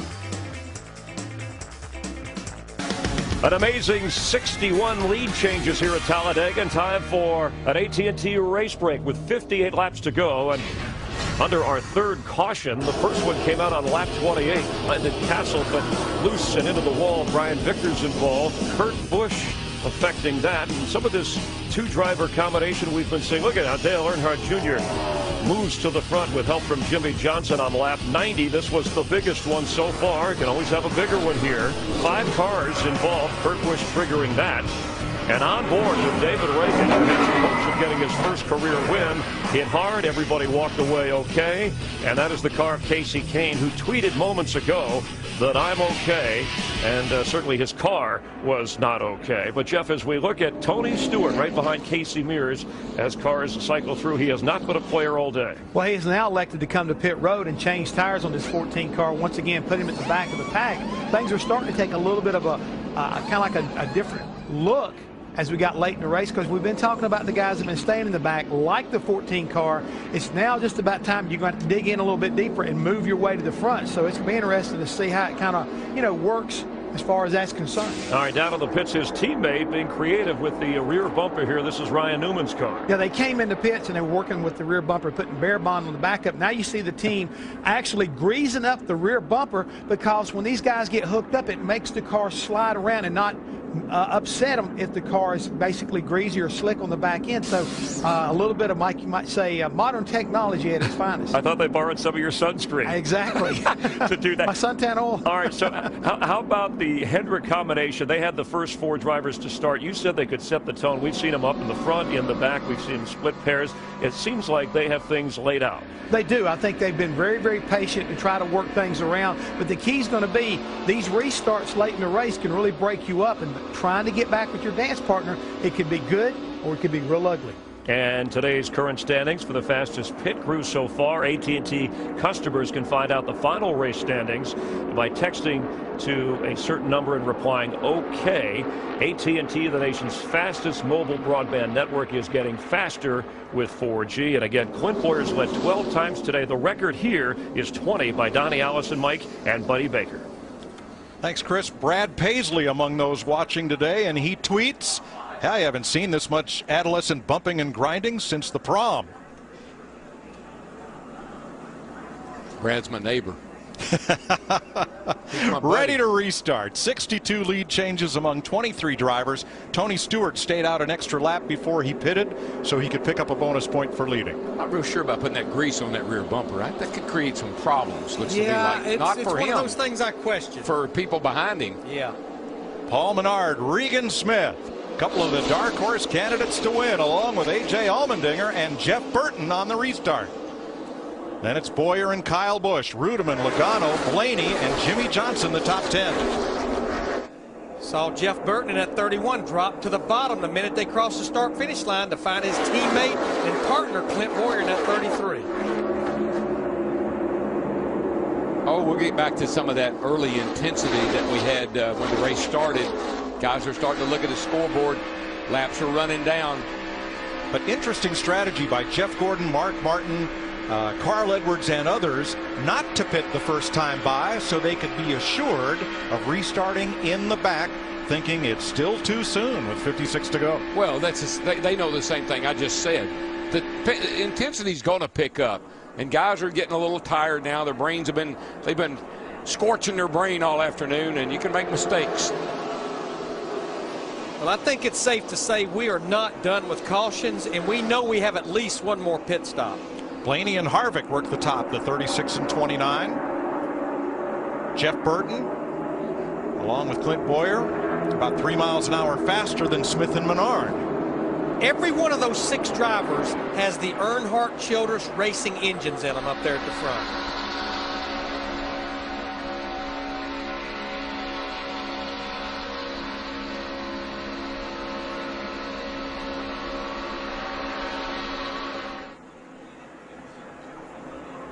Back at 11th and 12th, Jimmy Johnson and Dale Earnhardt Jr. closing up on his teammate. We listened in. It could get terribly busy, but I don't know if it's going to get a whole lot worse than it was at the very start of the race when we were racing like hell up there. So I want to get a bunch of cars between us, get separated as we get going. Yeah, 10-4. You just go hard, and if either one of us gets in any trouble, we'll holler. 10-4. They are bump drafting and about to be passed. On the inside, Montoya and McMurray, teammates at Earnhardt Ganassi Racing, battling the 2 Hendrick drivers. Didn't hear any urgency in either one of those guys' voices, but they do realize that things are going to get a little bit busier than they have been in the last several laps. Dave Blaney, the former World of Outlaws sprint car champion, has already led twice, and now he leads for the 3rd time today with an assist from Kevin Harvick. I mean, this is so cool to see Dave Blaney driving for Tommy Baldwin, a single car team. They struggle for sponsorship, but they can lead the race at Talladega with roughly 50 laps to go. Yeah, I mean, normally I guess they fall into, well, not this year so much, but they're not a team that you'd expect to see up here leading the race. Well, don't look back because everybody's coming. Smith and Menard, Busch and Logano. Busch the elder with help from Matt Kenseth, his former teammate. Allmendinger, Truex, about a dozen cars, and they all want the lead. And Kyle Busch in that blue 18, he's had a new partner after every set of pit stops, it seems like. Probably pretty happy I think he and Joey, I'm not sure they work well together, but they sure go fast together. Bush has not so much been the Pied Piper. It's more like catch me if you can. Well, we know those two drivers worked together in the early part of the race, Kyle Busch and Joey Logano, who are teammates.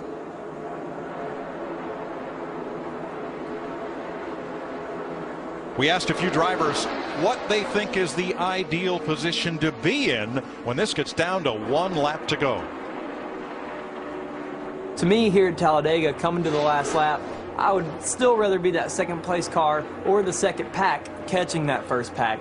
You want to be the second car if there's only 2 of you. My ideal position is, a teammate behind me, and 3 or 4 of them behind them, and we're just inching ahead of them a little bit. I really don't think there is a preferred one. You just have to know how to be able to manage it, whether you're the lead guy, whether you're the pushing guy. I've won with leading on the final lap, and I've won coming from 3rd on the final lap. 51 laps to go. And every one of these lead lap cars, all 29 of them, are still in it to win it. I saw Joey Logano do an interview after yesterday's race, and I think he finished second to Kyle yesterday, and he said, I'm getting tired of pushing people to the victory. I kind of like to get one for myself. That's right. What does Kevin Harvick think about pushing Dave Blaney up into the lead? I have nightmares tonight about kids eating free. That's what we were talking about. It's all over the taillight panel of Blaney's car that his sponsor Golden Corral will feed kids free on Monday if Dave finishes in the top 10. I bet Harvick will go for a meal. That's all he sees right now. Running behind somebody is like running behind a big truck going down the interstate. I mean, you're tucked in behind a big truck. You don't know whether there's something going on in front of you or not because you can't see around him. Well, watch what almost happened behind him with Michael Waltrip and Jimmy Johnson, rather Michael Waltrip and Johnson, the 48. Whoa. Yeah. Terry Labonte in that 32 car got Michael loose. And then we heard Michael say earlier his car was a little bit loose with somebody up behind him, and it sure was then. Things still sorting out with 29 cars on the lead lap and just under 50 laps to go.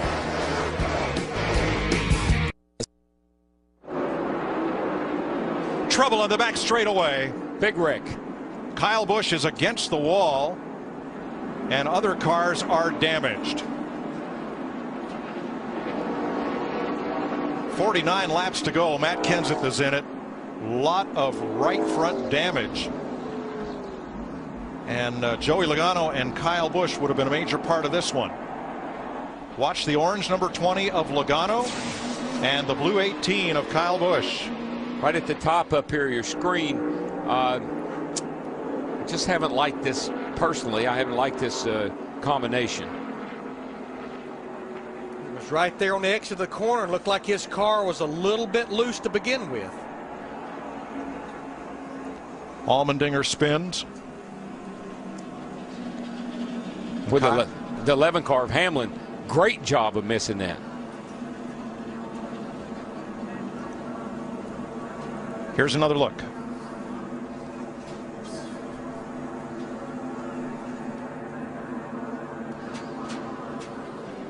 You know, that could have been one of those situations where the 18 was closing on the car in front of him. I think it may have been Menard, and had to get out of the throttle just a teeny bit, and that's what caused the 20 car of Logano to turn him. And we actually documented Kyle Busch said earlier in the race, I do not like being hit in my left rear. Yeah, it's the 27. They come up here, and maybe Kyle has to lift a little bit, and when he does, Joey doesn't know it, obviously, and maybe that was part of the problem.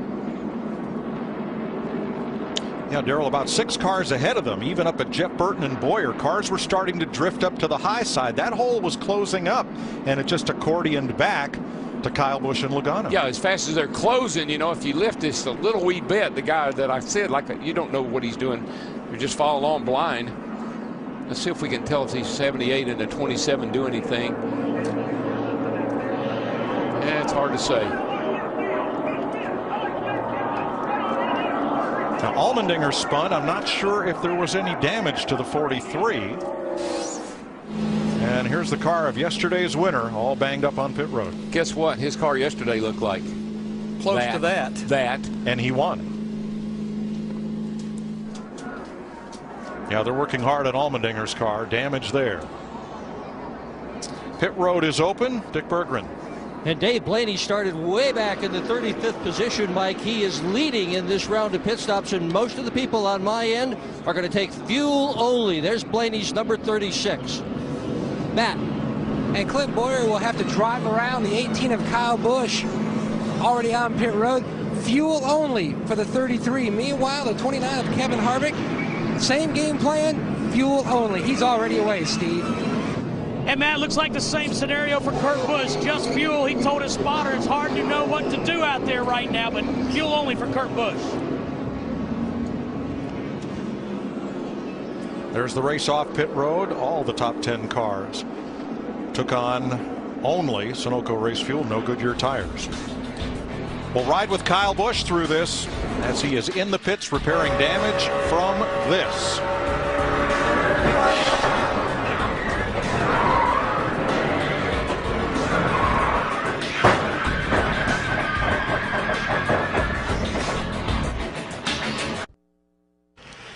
NASCAR Sprint Cup Racing on Fox is delivered by UPS. Let UPS put the power of logistics to work for you. 28 cars on the lead lap, working the fourth caution of the day. Martin Truex Jr. is the leader over Terry Labonte, Tony Stewart, David Gilliland, and Kevin Harvick. The 18 and the 20 get together here. Joey Logano into the back of his teammate Kyle Busch as things appeared to stack up in front of them, and across came Kyle into Matt Kenseth, who was with Krista. Well, Matt Kenseth had several different dancing partners today. You survived the incident that took out your dancing partner, David Reagan. This one, not so lucky. What happened out there?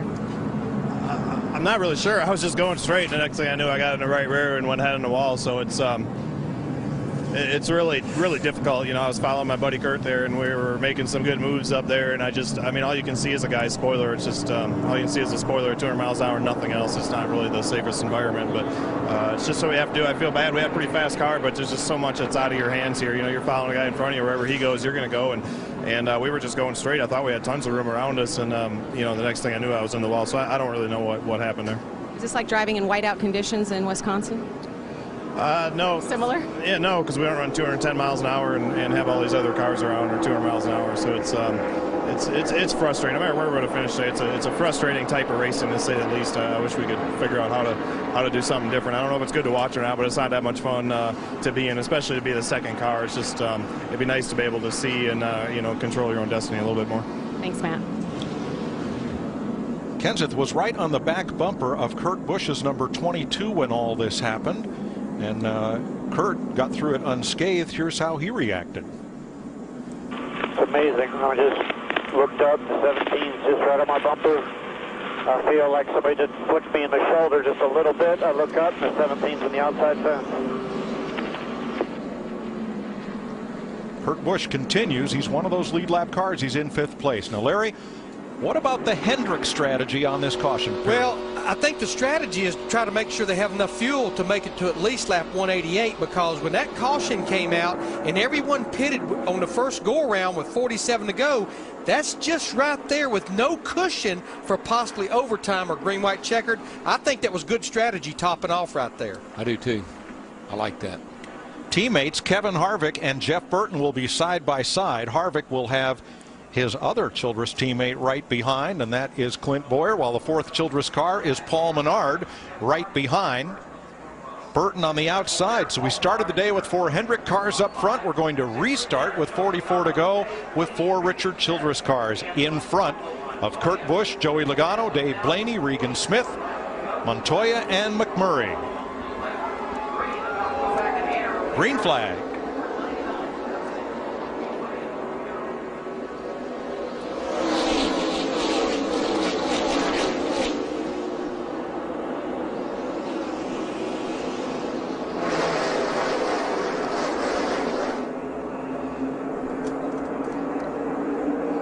You have to admit, Mike, Larry, that these guys are pretty sharp.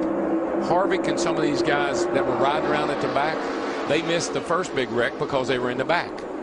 Now they missed the second big wreck because they're in the front.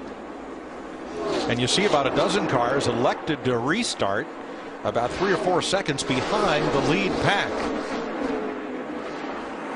When I look at that second group right there, that second two-driver tandem, McMurray in the 1, Montoya in the 42, they have been at the back of this race the entire time. I think they have decided it's time to go here with just a little over 40 laps to go. They are 3rd and 4th. Jimmy Johnson and Dale Jr. 5th and 6th. Truex and his partner Rudeman 7th and 8th as we crank it up for you.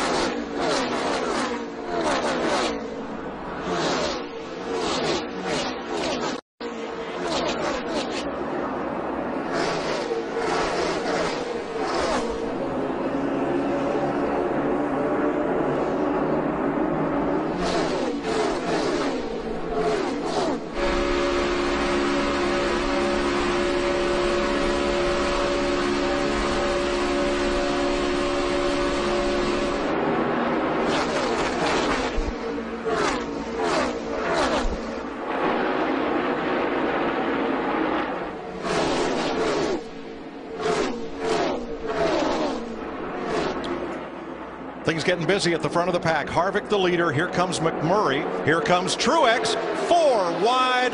Martin Truex may lead this lap. No, he does, and Burton hangs on. He saved it. I cannot believe Jeff Burton saved it, and that was over 190 miles an hour. Burton went off track off the front bumper of Paul Menard, kept the wheels straight, straightened it back out, and although he went below the line, no penalty as he did not advance his position. He almost was out of the race. So thankful when they paved all this down the front straightaway right here at the start-finish line. You're going to see him take a little bit of a wild ride right here in the old cat car. She is out of control. Never lifted. Right back up in front of Menard and kept on digging. That was tense. Kurt Busch emerges with the lead. Joey Logano on his bumper. And here comes Harvick once again with help from Boyer. And how about those two Michael Waltrip racing cars? Martin Truex Jr. in the 56, Rudeman in the 00. They're right up in the mix. Rudeman's pretty good here. Larry and Mike. Riding with Martin Truex. Let's take an inside look at what's happening in the NASCAR Sprint Cup Series, brought to you by Sprint and HTC Evo 4G. Truex has the fastest lap of the race, set back at lap 6. Biggest mover, you're looking at him, number 29, Kevin Harvick, up 36 spots from where he started.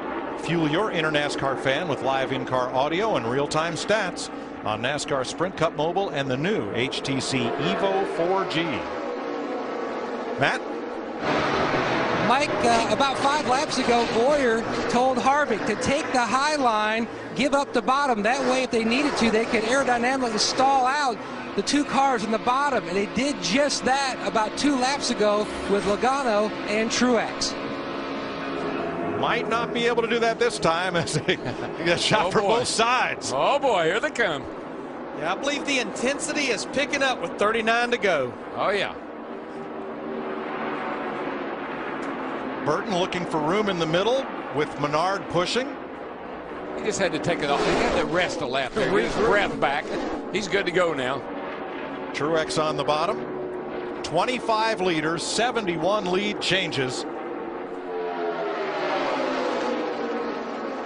And Truex trying to lead this lap, and he will, with help from Rudiman. I can't tell you how hard it is to come through the tri-oval here with somebody pushing you like that. The tri-oval is a really loose area of the racetrack. Just think about it.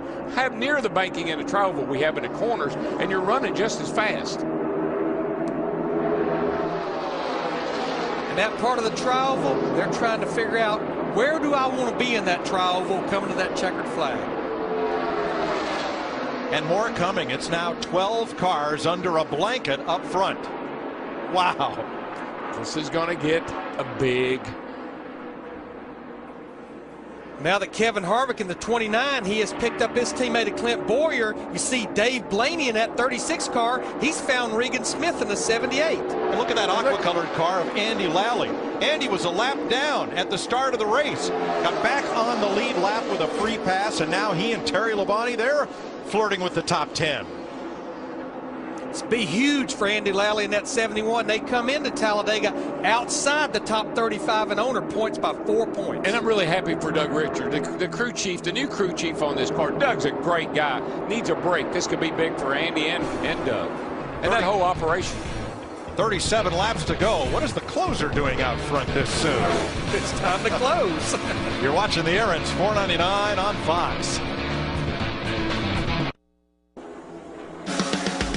33 laps to go. 10 cars battle for the lead.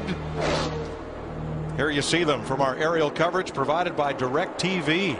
To get the most sports in HD, call 1-800-DirecTV. Burton just told Paul Menard 2 laps ago on the radio, don't give up. We've still got a good chance. Keep on digging, Paul. We're not done. And they are trying to fight off Dave Blaney and Regan Smith at the front.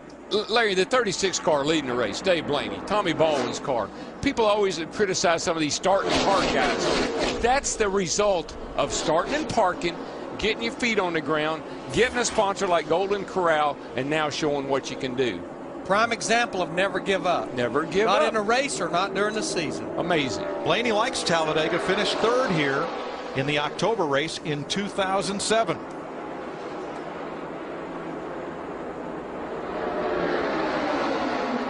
Childress teammates trying to battle, and here come the Ganassi cars. Montoya 42 and McMurray in the 1.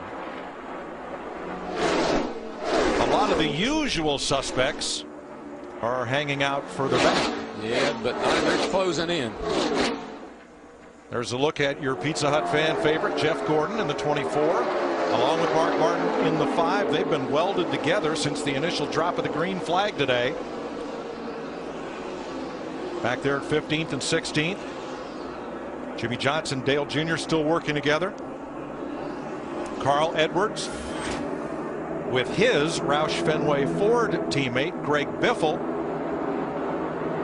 31 laps to go. Yeah, there's a couple of pods here and there. They're spread out, but they're starting to close the gap. I've been watching lap times. The 24 and the 5 closing the gap. The Childress cars have shown no reluctance to run at the front. Boyer has led a lot today. So has Harvick. So has Burton. They've each led half a dozen laps or more. And so has Paul Menard. It's a pretty big weekend for Richard Childress. Yes, it is. But when I look at those front two, Clint Boyer in the 33, Kevin Harvick in the 29, they swept the races here last year. And actually a photo finish between Boyer and Harvick in the fall race, with Boyer taking the win. Just got to tell you, the 24 and the 5, the 48 and the 88, they're not done, boys. No, they're lurking. Johnson Earnhardt 17th and 18th, just behind Gordon and Mark Martin. We know they're fast. They were the top 4 qualifiers in qualifying yesterday. If you've made your last pit stop, how long do you dare wait before you have to come up and challenge this lead pack? Well, you can't wait too long because of the speed disparity between the 2 cars pushing and setting somebody up. So that's the hard part, and that's what these guys, I think, have been trying to figure out themselves. But I think you got to get up there in the mix now. It's getting down to crunch time. Last lap by, Gordon and Martin 0.6 of a second faster than the race leaders. No, they've decided to hold it wide open for a while. They've been riding around back here. They haven't been doing that, but I really have been watching them, and they got fast race cars. Right up the middle, the Michael Waltrip Toyotas. Martin Truex in the Napa car. David Rudiman on his bumper, trying to challenge for the lead once again. And boy, you just think about Martin Truex, 2 weeks that he's had. Big crash Martinsville, big crash Texas. Man, if he could come out of here with a good finish, get the monkey off his back. It's been a long time since he went to victory lane, Dover, back in 2007.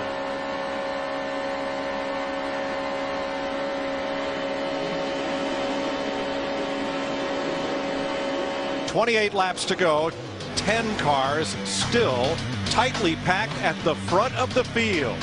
How will this shake out?"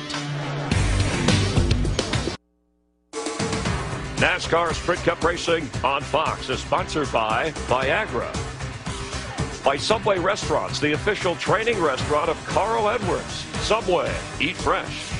And by Sprint, proud sponsor of the NASCAR Sprint Cup Series. 25 laps to go in Talladega, and just as 10 cars were catching the lead 8, and it got really interesting, debris on the backstretch puts us under caution for the 5th time today. Don't know how it's going to play out, but that 5 and the 24, they were coming to the front in a hurry. I think they had it timed out pretty good had we not had this caution. Jeff Gordon is NASCAR's all-time restrictor plate race winner with 12. None since 2007. Clint Boyer won here last fall. So Larry, 25 to go. Let's go downstairs and find out who is going to pit and who is not. Matt? Mike, Mark Martin is planning on pitting for fuel, but the 33 and 29, Harvick and Boyer, they're going back and forth on their radio, jointly talking about whether to stay out and try to conserve fuel or come in to top off. Still haven't decided yet, Dick. Jeff Burton has decided that he is going to stay out. Blaney and group haven't decided what they're going to do yet. This is a roll the dice pit stop for sure. Steve. And here in the one pit, just talking to their team, they think at this point they're going to stay out. The 20 looks like they will, but the 1 stays out, Krista. Carl Edwards talking about tires. They have 1 set of sticker tires left behind the wall. They are planning on pitting to come in for those 4 tires and the fuel. Yeah, I'm not really worried about tires, but when I think about a lot of the drivers, with the exception of the Hendrick drivers and Martin Truex Jr., when they topped off with 1 to go, I think they're in good shape. But some of these guys are thinking about lap 188. I think you have to think about 3 green, white checkers. Darrell, the other thing, a little technical here, I want more fuel in the back of that car. It pulls the back of the car down with the weight. She'll run faster, but they have to do it together. Yeah, I always had to. My theory always was, when in doubt, stay out. That's been my theory, and particularly when tires are not an issue. Well, we would hope that the cars who stay out because of these caution laps, and you burn about half as much fuel on a caution lap as you do a green lap under normal conditions, they would have enough fuel to last the distance. But the smartest minds of the sport are the ones on pit road cranking the calculators and making the calls. Who will come and who will stay out? Pit road is open. Looks like about the top 10 stayed out, but here they come. Kurt Busch in the 22, and about everyone follows suit.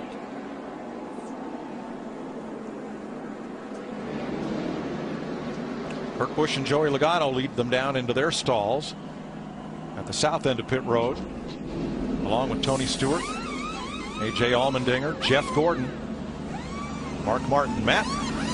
Newman has already topped out for fuel. Meanwhile, the 48 of Jimmy Johnson, they're going to go 4 tires on this machine. The 5 of Mark Martin, he's already away. He took fuel as well.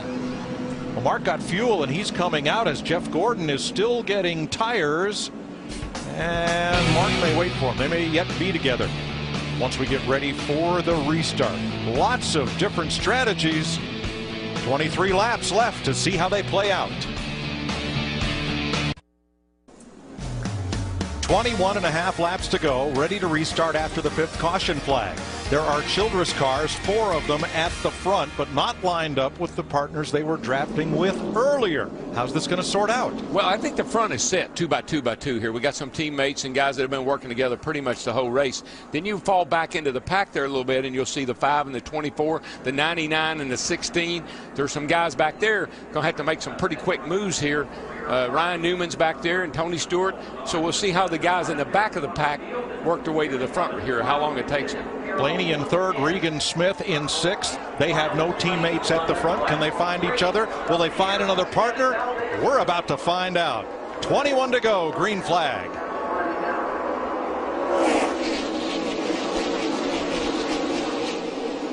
Saw Regan Smith in 78, Mike, right past the start-finish line, jumped down in behind Dave Blaney in that 36. Which is fine unless Blaney goes up and picks up the 29 of Harvick.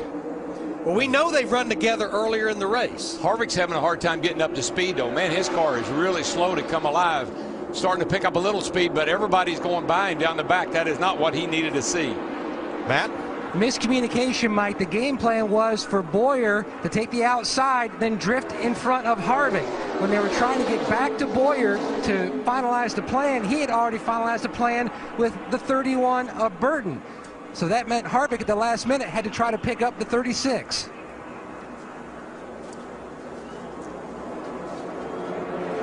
Confusion. Well, here's what Clint Bowyer said before the restart. Obviously what we need to do here is take the top, get on Kev's channel, just have him clear you down, but wait on that line. I mean, do that or just stay there and work with Burton, whatever you guys want me to do.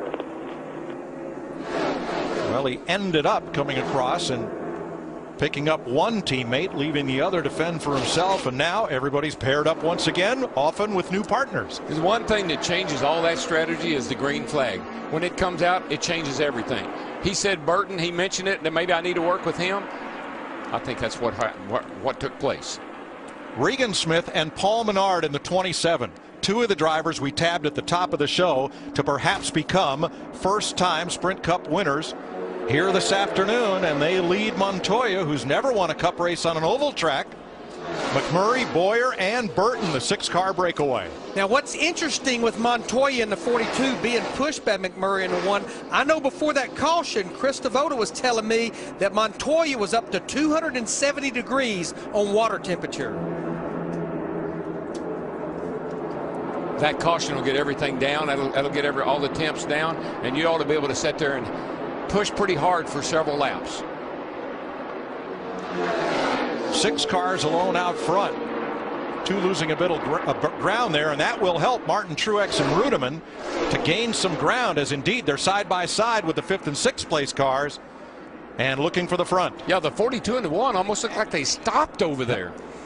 Darryl, you talked at the top of the show, don't give up. I look at Denny Hamlin and that 11 car right there. All types of damage. Don't know how many pit stops he made, and there he's up there pushing Ryan Newman in the 39. Well, he's another guy that needs a great finish today. A win would certainly do a lot for that team. They have been hurting. And the big losers temporarily on this restart were Dave Blaney and Kevin Harvick. Mr. Where did he go? Yeah, well, back to 14. Yeah, got shuffled back on that restart. Toyota's to the front now. Truex. Whoa, no. Newman saves it. They all saved it. McMurray's still on the apron. Unbelievable. I think Juan's got the most damage out of that. No caution. And Montoya. Definitely a lot of damage on the right front of the 42 car. How did Ryan Newman hold on to that race car? And now McMurray has lost his wingman that he has been with since the drop of the green flag. And what has happened to Jeff Burton and Regan Smith? They have dropped way back. I think that was just a matter of everybody kind of getting checked up in that mess. Look at these two here, though. Watch the silver and black, 39 of Newman.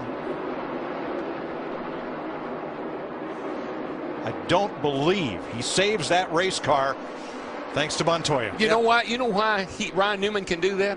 Dirt track racing, man. They get him that crossed up on dirt and save him all the time. Then 42 pounded into him and got him back up in the racetrack. But that is an amazing job of driving. That right there, most guys throw up their head and say, I'm done.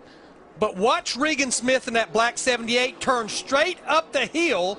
That's why he lost some time, but he's glad he didn't lose a race car. That could have been the big one, but for Ryan Newman and Montoya. That's why these guys, they are the greatest in the world at what they do. And what they did allowed Truex and Rudeman to scoot out front. Look at the damage on Newman's car. No matter. He's still getting a push from Denny Hamlin. It just seems to me the more you get your car beaten up down here, the better it runs. Back to 9th and 10th. These two guys, 56 and 00, the Michael Waltrip cars, they got out there. They hit a huge lead. But I'm telling you right now, those guys back there running 5th and 6th, they've been sitting on something all day long. Yep, company's coming. Our front row starters, Jeff Gordon and Mark Martin, the 24 and the 5, will have something to say about this before it ends. Just before that caution came out, these were the two fastest cars on the racetrack. Hadn't shown it all day long, but they're showing it now. They got speed, baby. Around goes a car in the back straightaway, and it's Newman. Can he save it again? Yeah, he did. And we have no caution. Oh, yeah, he's got to stop. Now we'll have one. Well, he's probably got 4 tires, and you can't drive that thing around that far on 4 flat tires. Yeah, he's but keeping that car off the wall, another. Caution out, caution. Left side damage, guys. Just amazing example of car control by Ryan Newman. How's this start? He's got help from Hamlin. Top of your screen.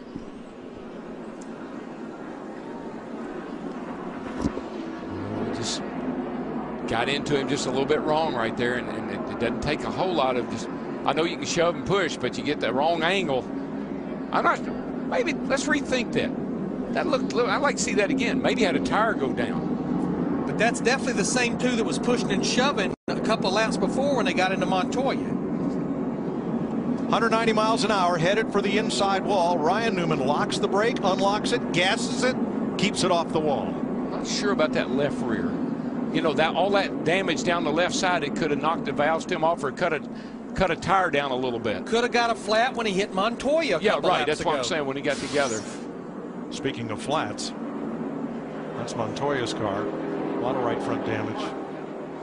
But here's a driver that hung out at the back with his teammate almost the entire race, and now with less than 15 to go on pit road tore up. Newman has a couple of flats, but some of those are a result of that long slide from Jimmy Johnson.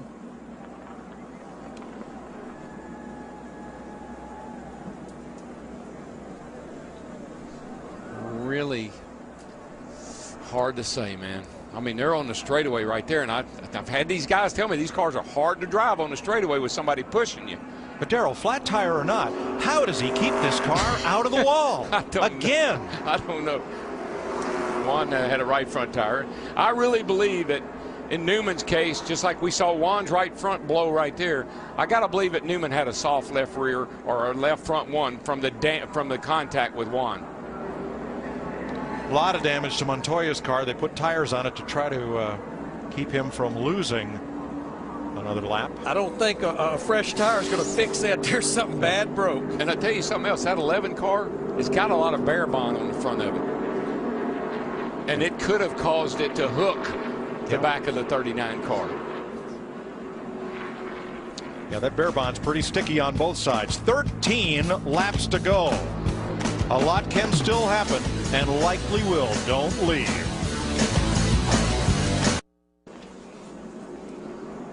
Believe it or not, after 2 wild incidents, Ryan Newman is still on the lead lap and still with a car that he can race. Here's the most recent one. I really, as I looked at this on a second time, the 11 car has a lot of that tape on the nose. Also, the 39 has tape on the rear of his car that just didn't slide. I think he just whooped him around. Well, we weren't the only ones impressed. Here's what Clint Boyer had to say.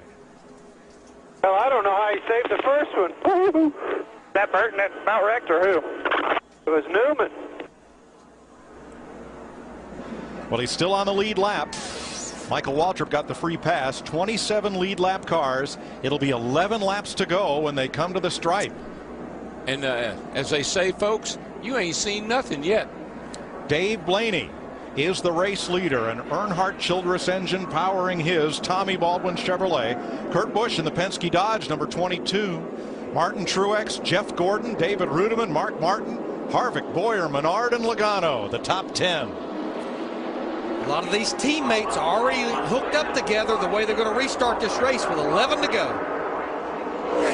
Kurt Busch needs some help. Blaney crosses down in front of the 22, and they hook up. But here comes the pole sitter, Jeff Gordon, with outside front row starter Mark Martin, or rather third place starter Mark Martin. Here they go to the lead. And here come their other teammates back there, Jimmy Johnson in that 48 and Dale Earnhardt Jr. in that 88 as well. Steve. Under caution, Jeff Gordon and Mark Martin talking back and forth. Their strategy very clear. Mark is going to push Jeff. Jeff said, we need to protect the bottom. Well, they left it open long enough for Kevin Harvick and Clint Boyer to shoot through, and they have run a lot of laps at the front of this field together today. Well, that's the race. And to me, the 29-33, the 24 and the 5, that's going to be the race. And then you got the 48 and the 88 up here. I'm not sure about them. 10 laps to go. Remember, Harvick and Boyer got separated on the last restart, and here was the comment. Kevin, you got me? Yep. I'm very happy with you, but let's go. That's because Harvick left him for Burton the last time around. Yeah, I thought you were going to dance with me, bud.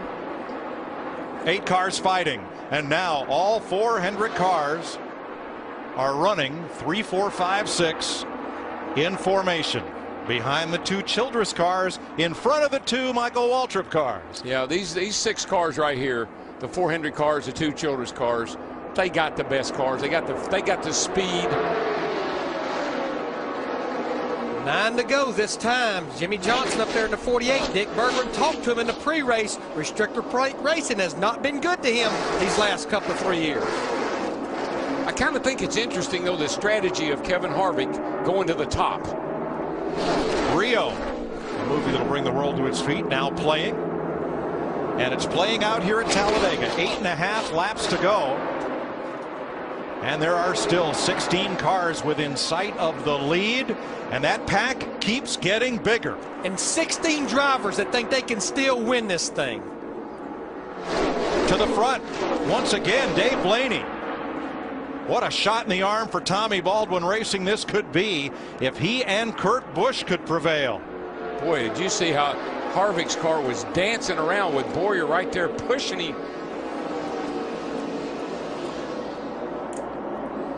Oh, boy. 10 drivers have won their first Sprint Cup race right here. Blaney is the leading contender to make that 11.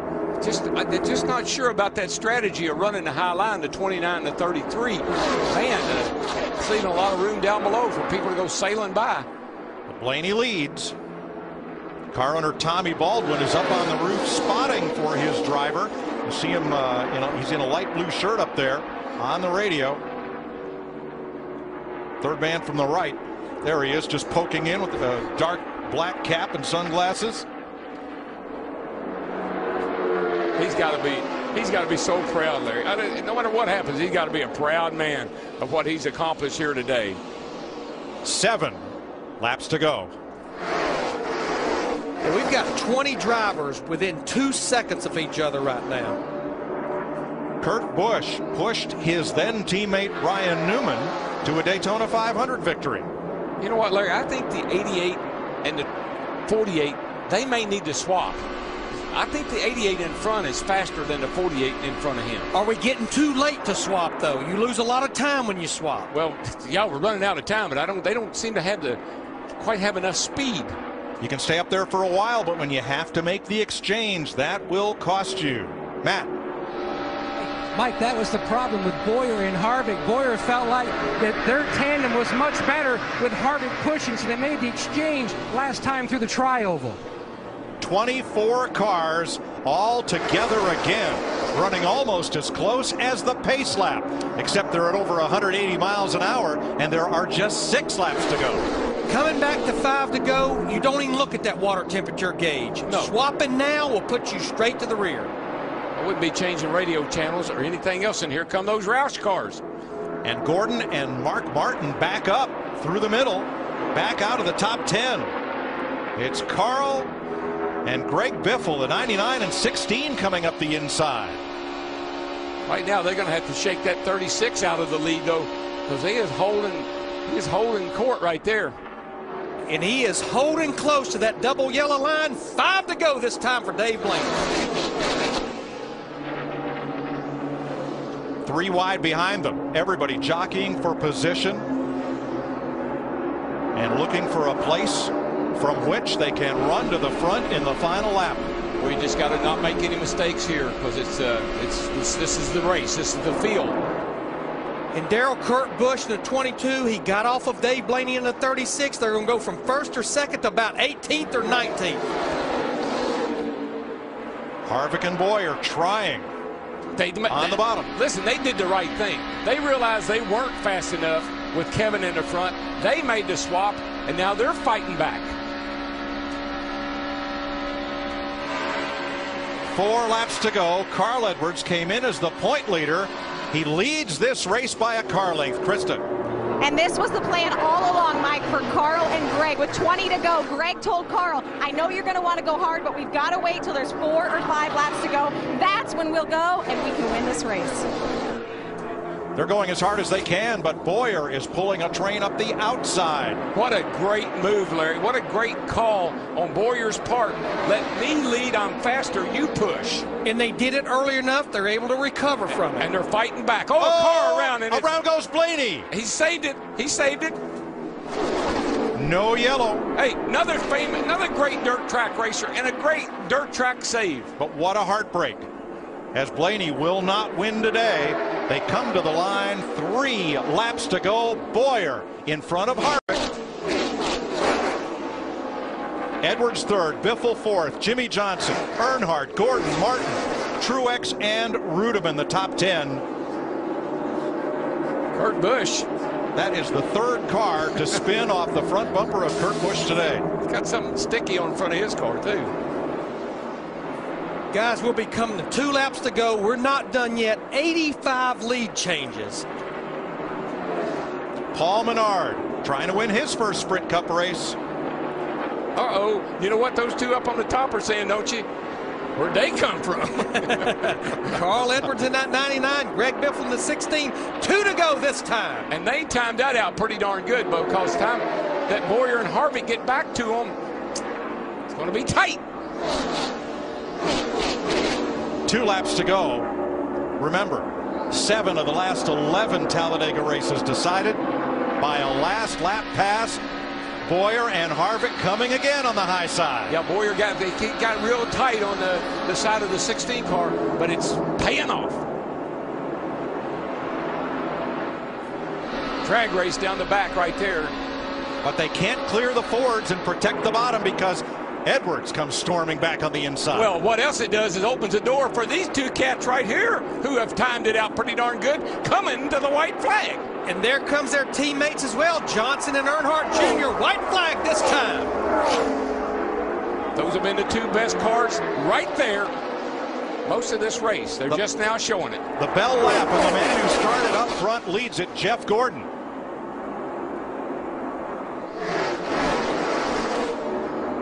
But here comes the next 2 pair. These 2 cats right here, they may have timed it out too. Let's see what happens down the back. Now they will get a draft off Mark Martin. And here's the slingshot to the outside. Stay together. That's what they're saying. Stay together. Push, push, push. It's going to get tight down here in turn 3. Don't forget Jimmy Johnson and Dale Jr., 5th and 6th. They are there. Which group will they go with? And will it help the Childress cars, or will it help Jeff Gordon to victory lane? All bets are off. They get to the middle of the tri-oval. Watch out, down low. Way down comes Johnson. Good run. He's got room. They're 3 wide. 3 by 3 to the line. Johnson. Maybe Jimmy Johnson. I believe he got him by an inch. 2 1/1000ths of a second he beat Boyer. Okay, a 1/16 of an inch. Have you ever? Oh, man. Oh, man. No, we have I have never seen anything like that. Woohoo! What a finish.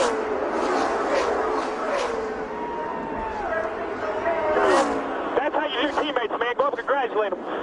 Both y'all won that race. Both y'all.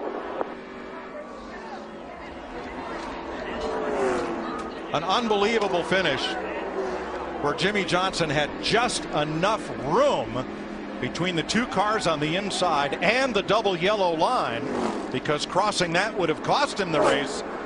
He had the room. He made it work. It's amazing how things will work out sometime for you, and sometimes that time it worked to perfection. Watch this. Jeff Gordon watching Bowyer, seeing if he can beat Bowyer. Left just enough room on the inside for Johnson and Earnhardt. Right there in the tri-oval, it's Bowyer's race. Yeah, it looks like Bowyer's pulling ahead, but then all of a sudden he hit that wall of air. There comes that 48. But Darrell, the start-finish line here is 1,000 feet further. And look how close it is, 4 wide at the wire. That is just a beautiful thing right there. 2, 4, 6, 8 cars. So close, we can hardly capture it with our stop-motion camera. There's a look at it, and there is the margin. Darrell, this so reminds me of 1981, when you're looking over at Terry Labonte to make sure you beat him. Today, Jimmy Johnson was the Ron Bouchard of 1981 who swept to the inside and won it. Mark Martin saw the 48 coming, but he couldn't do anything about it.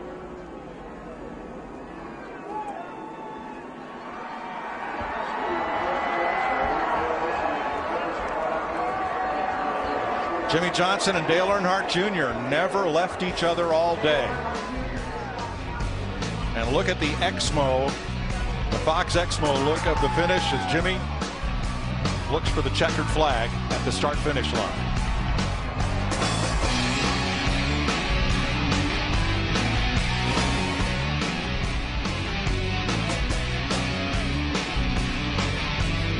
Any of those 8 cars could have won it. Jimmy Johnson did.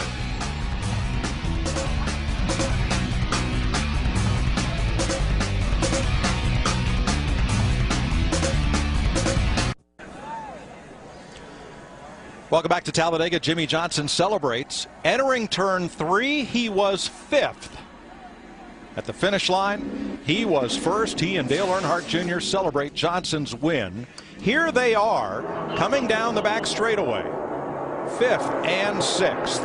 I think what really helped them was when the 24 and the 5 got side by side, and the 33 and the 29. They gave the 48 and the 88, Jimmy Johnson and Dale Jr. That gave him a real suck right up to the back of this foursome right here. Now, when these 4 cars are running side by side, you've got to find a place to go.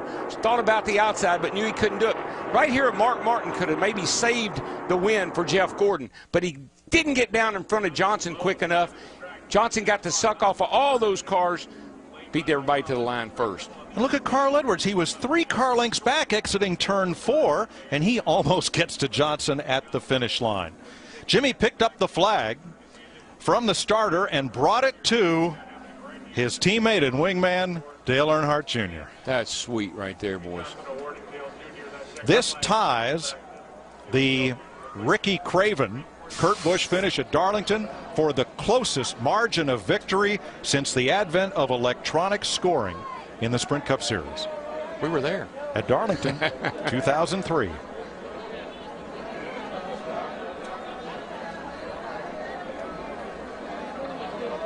Rick Hendrick congratulates his driver. Here's Dick Berger in victory lane. And Jimmy Johnson has just now pulled into victory lane.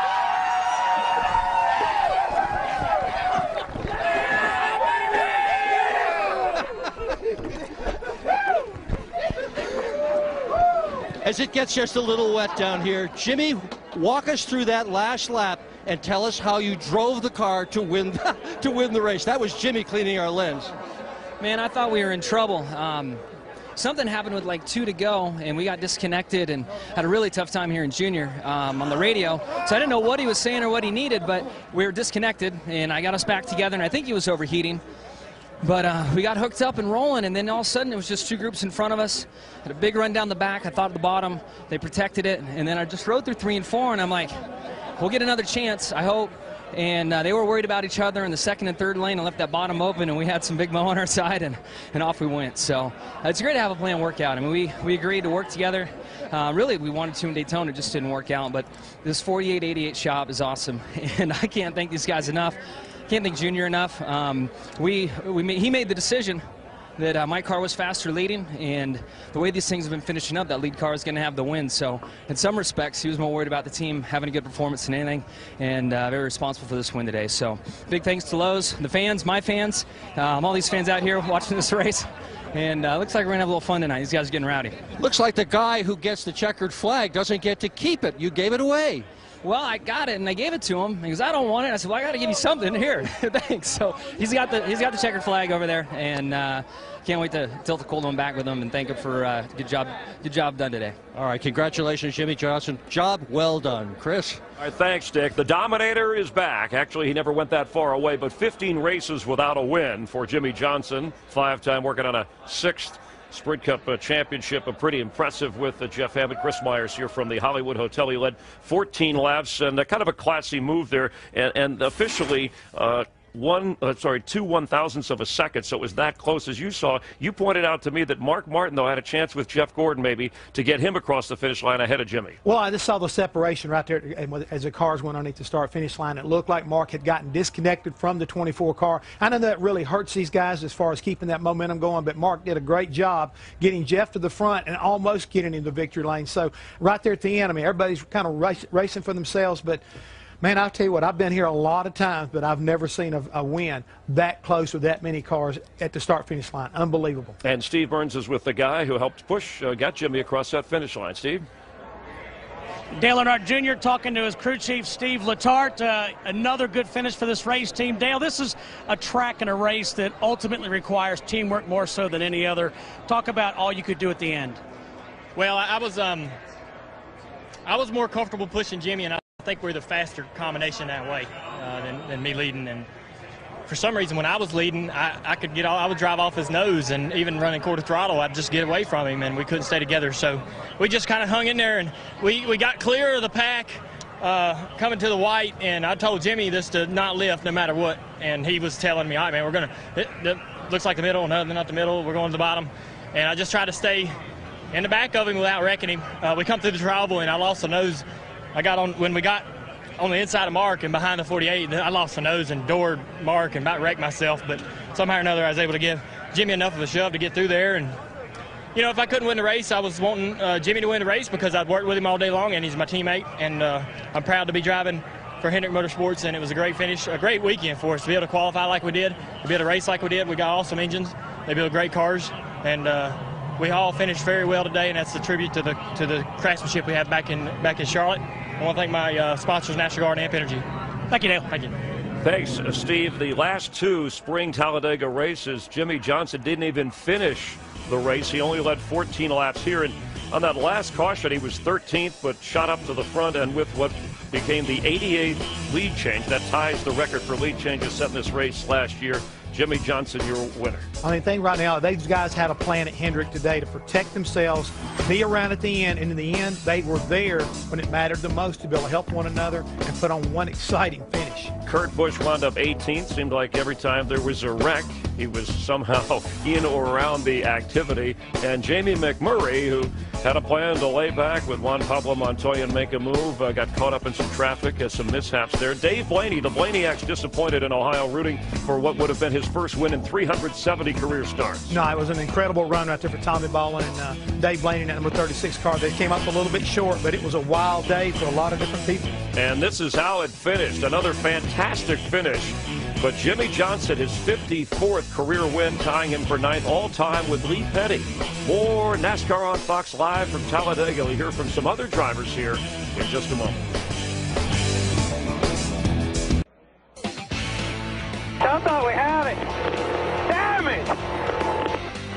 .002 he beat you by. Boy, that was wild.